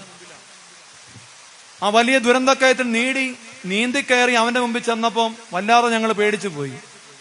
എല്ലാം നഷ്ടപ്പെട്ടിട്ട് ആ ജന്തുവിന്റെ മുമ്പിൽ നിന്ന് ഞാൻ കൈനീട്ടി അതിനോട് പറഞ്ഞു, മോനെ, ഞങ്ങൾ വലിയ കഷ്ടത്തിൽ നിന്നാണ് കയറി വരുന്നത്, നീ ഞങ്ങളെ ഉപദ്രവിക്കരുത്. ആ സ്ത്രീ പറയുന്നുണ്ട്, ഞാൻ നോക്കുമ്പോൾ ആ സാധു ജന്തു നിന്ന് കരയുകയാണ്. അവൻ അങ്ങോട്ട് മാറി നിന്നു. അവന്റെ കാലിന്റെ കീഴിലാണ് ഞങ്ങൾ നേരം വെളുപ്പിച്ചത്. കരുതൽ എന്ന് പറഞ്ഞാൽ പോരെ പ്രിയമുള്ളവർ. നമ്മുടെ സങ്കടങ്ങളുടെ നടുവിലും ഇന്ന് ആരെ കരുതുന്നു? വീട്ടിൽ അത്യാവശ്യം പൈസ ചെലവുള്ളൊരു രോഗം വന്നാൽ മതി, നമുക്ക് മനസ്സിലാവും ആര് നമ്മളെ കരുതാനുണ്ടെന്ന്. നീ പൈസ ഒന്നും തരണ്ട, ഒരു ദിവസം ഒന്ന് വീട്ടിൽ നിൽക്കാൻ ഒരാളിനെ വിളിക്കാവൂ, ഒരു ദിവസം വരുമായിരിക്കും. രണ്ടാമത്തെ ദിവസം വിളിക്കുമ്പോഴേക്കും നമുക്ക് മനസ്സിലാവും കരുതൽ എത്രമാത്രം ഉണ്ട്. ഒരുപാട് ഫ്രണ്ട്സ് ഉണ്ടല്ലോ, ഒരു തട്ടുകേട് വന്ന് പോലീസ് സ്റ്റേഷനിൽ ഒന്ന് കൂടെ വരാമെന്ന് ചോദിക്കാവൂ, മനസ്സിലാവും കരുതൽ എത്രമാത്രം ഉണ്ടെന്ന്, ആരൊക്കെ ഉണ്ടെന്ന്. പോട്ടെ, സമയപരിധി മൂലം ഞാനതങ്ങ് അവസാനിപ്പിക്കും. ഒരുപാട് കാര്യങ്ങൾ അതിൽ പറയണമെന്നുണ്ടായിരുന്നു. പക്ഷെ ഈ പ്രതികൂലമായ കാലാവസ്ഥക്കിടയിൽ നമുക്ക് തോറ്റു കൊടുക്കാൻ പറ്റുകയല്ലോ. നമുക്ക് പറയണ്ടേ? പറയാനുള്ളത് നമുക്ക് പറഞ്ഞിട്ടല്ലേ പോകാൻ സാധിക്കുകയുള്ളൂ. ഒരു കാര്യം കൂടി പറഞ്ഞ് അവസാനിപ്പിക്കാം. ശൂനോങ്കാരി സ്ത്രീയുടെ വിശ്വാസജീവിതം നമ്മളെ വെല്ലുവിളിക്കുന്ന മൂന്നാമത്തെ കാര്യം എന്തെന്നറിയാമോ? സാരേഭാഗത്തിലെ വിധവയ്ക്കുണ്ടായതുപോലെ തന്നെ ശൂനോങ്കാരുടെ ജീവിതത്തിലും ഒരു വലിയ പരീക്ഷണമുണ്ടായി. സമാനമായ പരീക്ഷണം, ഒരേ പരീക്ഷണം. ഏലിശ അങ്ങനെ പറഞ്ഞു കഴിഞ്ഞപ്പോൾ അവളൊന്നും പറഞ്ഞില്ല. പക്ഷെ ഗേഹസി പറഞ്ഞ് ഏലിശ അറിഞ്ഞു അവൾക്ക് മക്കളില്ല. അപ്പോൾ ഏലിശ പറഞ്ഞിട്ട് പോയി, അടുത്ത തവണ ഞാനിവിടെ വരുമ്പോൾ നിന്റെ കയ്യിലൊരു കുഞ്ഞുണ്ടായിരിക്കുമെന്ന് പറഞ്ഞു. അങ്ങനെ അവൾക്ക് അവിടെ ജീവിതത്തിലെ കുറവുകൾ അവൾ തീർത്തപ്പോൾ അവളുടെ ജീവിതത്തിൽ വലിയൊരു അത്ഭുതം നടന്നു. അവൾ ദൈവത്തിന് ഇടമൊരുക്കിയപ്പോൾ, അവിടെ സങ്കടങ്ങൾക്കിടയിലും അവിടെ ദൈവത്തെ കരുതിയപ്പോൾ അവിടെ ജീവിതത്തിലെ കുറവ് നീങ്ങി, വലിയ അത്ഭുതം നടന്നു. അവൾക്കൊരു കുഞ്ഞിനെ കിട്ടി. എന്നാൽ ആ കുഞ്ഞ് വളർന്നു, ബാലനായി. അപ്പനോടൊപ്പം ഒരു ദിവസം വയലിലിരുന്നപ്പോൾ ആ കുഞ്ഞ് എന്റെ തല എന്ന് പറഞ്ഞു. ഞാനിന്ന് ഏതാണ്ട് ആ ഒരു അവസ്ഥയിലാണ്. എനിക്ക് അതിഭയങ്കരമായ തലവേദനയായിരുന്നു ഇവിടെ കയറുന്നത്. എനിക്ക് നിൽക്കാൻ പറ്റുമെന്നൊരു ഉറപ്പില്ലായിരുന്നു കേട്ടോ. എന്റെ തല എന്ന് പറഞ്ഞു. തൊട്ടടുത്ത വാക്യം ഇതാണ്, അവന്റെ അപ്പൻ അവന്റെ അമ്മയുടെ അടുക്കിലേക്ക് ഒരു ബാല്യക്കാരന്റെ കയ്യിൽ കൊടുത്തു വിട്ടു. അമ്മയുടെ അടുത്ത് വന്നപ്പോഴും കുഞ്ഞ് തലയിൽ എന്റെ തല എന്ന് പറഞ്ഞ് കരഞ്ഞു. കുറെ നേരം അമ്മയുടെ മടിയിൽ ഇരുന്നിട്ട് ആ കുഞ്ഞ് മരിച്ചുപോയി. സാരേഭാഗത്തിലെ വിധവ മരിച്ചപ്പോ പറഞ്ഞ എന്താ നമുക്കറിയാം.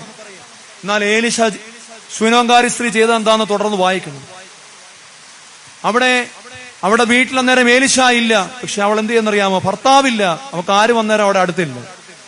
അവൾ ആ മരിച്ച കുഞ്ഞിനെ അവൾ എടുത്തു. സാരേഭാഗത്തിലെ വിധവയുടെ കാര്യത്തിൽ ഏലിയാവാണ് കുഞ്ഞിനെ എടുത്തുകൊണ്ട് മാളിക മുറിയിൽ പോകുന്നത്. എന്നാൽ ഇവിടെ അവൾ തന്നെത്താനെ ആ കുഞ്ഞിനെ എടുത്തു. പ്രവാചകൻ വന്നപ്പോൾ കിടന്നുറങ്ങിയിട്ട് പോയ പ്രവാചകന്റെ മുറിയിലേക്ക് കയറിപ്പോയി. അവളുടെ സമ്പത്തിൽ ദൈവത്തിന് ഇടമൊരുക്കിയ അതേ മുറി അവളുടെ രക്ഷയുടെ മുറിയായി മാറുകയാണ്. ആ മുറിയിലേക്ക് കയറിപ്പോയി. അവൾ ആ കുഞ്ഞിനെ പ്രവാചകന്റെ കട്ടിലിന്മേൽ കിടത്തി. ആ മുറിയുടെ വാതിലടച്ച് വെളിയിലിറങ്ങി. ഭർത്താവിന്റെ അടുക്കൽ ആളയച്ചിട്ട് പറഞ്ഞു, എനിക്ക് ഒരേ ഒരു സ്ഥലം, ഒരേ ഒരാശ്രയം, എനിക്ക് എലിശാന്റെ അടുക്കിലേക്ക് പോകണം. എലിശ ബലിയർപ്പിക്കാൻ പോയിരിക്കുകയാണ്. അവിടെ ഞാൻ ചുരുക്കി പറയട്ടെ, അവൾ എലീശായുടെ അടുക്കൽ ചെന്ന് കാര്യം പറയുന്നു. എലീശായുമായി ഭവനത്തിലേക്ക് വരുന്നു. എലീശ മാളിക മുറിയിലേക്ക് കയറിപ്പോകുന്നു. അവൾ താഴെ നിൽക്കുന്നു. എലീശ കുഞ്ഞിന് വേണ്ടി പ്രാർത്ഥിക്കുന്നു. കുഞ്ഞിന്റെ ജീവൻ കുഞ്ഞിലേക്ക് മടങ്ങി വരുന്നു. നിങ്ങൾ ഓർക്കണം, കുഞ്ഞ് മരിച്ചു കിടക്കുന്നത് കണ്ടിട്ട് ഇറങ്ങിപ്പോയൊരു അമ്മയാണ്. കുഞ്ഞ് ജീവിച്ചിരിക്കുന്നറിയുമ്പോൾ ഓടി വരുന്ന ഏതമ്മയും ആദ്യം ഓടുന്നത് ആരുടെ അടുക്കലേക്കാകണം? ആരുടെ അടുക്കലേക്കാകണം? കുഞ്ഞിന്റെ അടുക്കലേക്കാകണം. എന്നാൽ ശൂനോങ്കാരി സ്ത്രീ ആ മുറിയിലേക്ക് കയറി വരികയാണ്. മരിച്ചു കിടന്ന മകൻ അവിടെ ജീവിച്ചിരിപ്പുണ്ട്. പക്ഷെ അവിടെ മനോഹരമായി എഴുതി വെക്കുന്നു. അവൾ ആ മുറിയിലേക്ക് കടന്നു വന്നു. അവൾ ആദ്യം പോയി എലീശായെ സാഷ്ടാംഗം വീണ് നമസ്കരിച്ചു. എന്നിട്ട് കുഞ്ഞിനെ എടുത്തുകൊണ്ട് പോയി. പ്രിയമുള്ളവരെ, ജീവിതത്തിൽ ഇങ്ങനെ സഹനങ്ങൾ തിളയ്ക്കുന്ന സമയത്ത്, അനുഗ്രഹത്തിന്റെ വലിയ മാരി മുന്നിൽ വന്ന് നിൽക്കുന്ന സമയത്തും യഥാർത്ഥ വിശ്വാസ ജീവിതം നയിക്കുന്നവൾക്ക് അത് അപ്പത്തിന്റെ സമൃദ്ധിയിലുള്ള വിശ്വാസ ജീവിതമല്ല. അതെല്ലാ സഹനങ്ങളിലും, മൂന്നാമത് ഞാൻ പറയുന്ന അതാണ്, സഹനങ്ങളിലും പൂക്കുന്ന ഒരു വിശ്വാസ ജീവിതമായിരുന്നു ആരുടേത്? സഹനങ്ങളിലും ആഘോഷമാക്കുന്ന, ദൈവാശ്രയത്തെ പ്രഘോഷിക്കുന്ന ഒരു വിശ്വാസ ജീവിതമായിരുന്നു ശൂനോങ്കാരി സ്ത്രീയുടേത്. നമ്മുടെ ജീവിതങ്ങളിലുമൊക്കെ സഹനങ്ങൾ ഇങ്ങനെ ആഞ്ഞടിക്കും കേട്ടോ. അപ്രതീക്ഷിതമായ രോഗങ്ങളും പ്രയാസങ്ങളും ദുരന്തങ്ങളും ഒക്കെ നമ്മുടെ ജീവിതത്തിൽ ഇങ്ങനെ മുന്നമേ വരും. ഒരു സംഭവം കൂടി പറഞ്ഞ് ഞാൻ എൻ്റെ വാക്കുകൾ അവസാനിപ്പിക്കുകയാണ്. കുറെ നാളുകൾക്ക് മുമ്പ് എൻ്റെ സഹോദരിയുടെ കൂടെ പഠിച്ച ഒരു ചേച്ചിയുടെ മകൻ മരണപ്പെട്ടു. ആ ശവസംസ്കാര ശുശ്രൂഷയിൽ ഒന്ന് പോയി സംബന്ധിക്കണമെന്ന് അവർ പറഞ്ഞതനുസരിച്ച് ഞാൻ വെൺമണി മർത്തമാ പള്ളിയിൽ ഒരു അടക്കത്തിൽ സംബന്ധിക്കുവാൻ പോയി. അവിടെ ചെന്ന് അടക്കം കഴിഞ്ഞിട്ട് ആ മരിച്ചുപോയ കുട്ടിയുടെ പിതാവ് അവിടെ നടത്തിയൊരു പ്രസംഗമുണ്ട്. അത് അക്ഷരാർത്ഥത്തിൽ വിശ്വാസ ജീവിതം നയിക്കുന്ന എല്ലാവർക്കും ഒരു മാതൃകയും അവിടെ ഇരുന്ന എല്ലാവരെയും കണ്ണുനീരണിയിക്കുകയും ചെയ്ത ഒരു പ്രസംഗമായിരുന്നു. അദ്ദേഹം പറഞ്ഞു, വിനോദം എന്നാണ് പേര്, ചേച്ചിയുടെ പേര് ജൂലി എന്ന്. അദ്ദേഹം പറഞ്ഞു, എല്ലാവരും വിവാഹം കഴിക്കുന്ന പോലെ വലിയ പ്രത്യാശയോടെ ഞങ്ങൾ വിവാഹം കഴിച്ച് തുടർച്ചയായി നിരവധി അബോർഷനുകൾ, 7-8 അബോർഷനുകൾ, ഇനിയൊരു പ്രത്യാശയില്ലെന്ന് വിചാരിച്ചിരിക്കുന്ന സമയത്താണ് 7-8 വർഷങ്ങൾക്ക് ശേഷം ദൈവം ഞങ്ങൾക്ക് ഈ കുഞ്ഞിനെ തരുന്നത്. വലിയ ആഹ്ലാദമായിരുന്നു.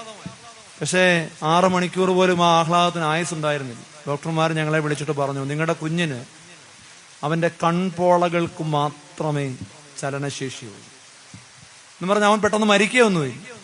പക്ഷെ മറ്റൊരു അവയവങ്ങൾക്കും അവന് ചലനമില്ല. എങ്കിലും ആ കുഞ്ഞിനെ ഞങ്ങൾ ഇംഗ്ലണ്ടിലേക്ക് കൊണ്ടുപോയി ഞങ്ങൾ അവനെ വളർത്തി.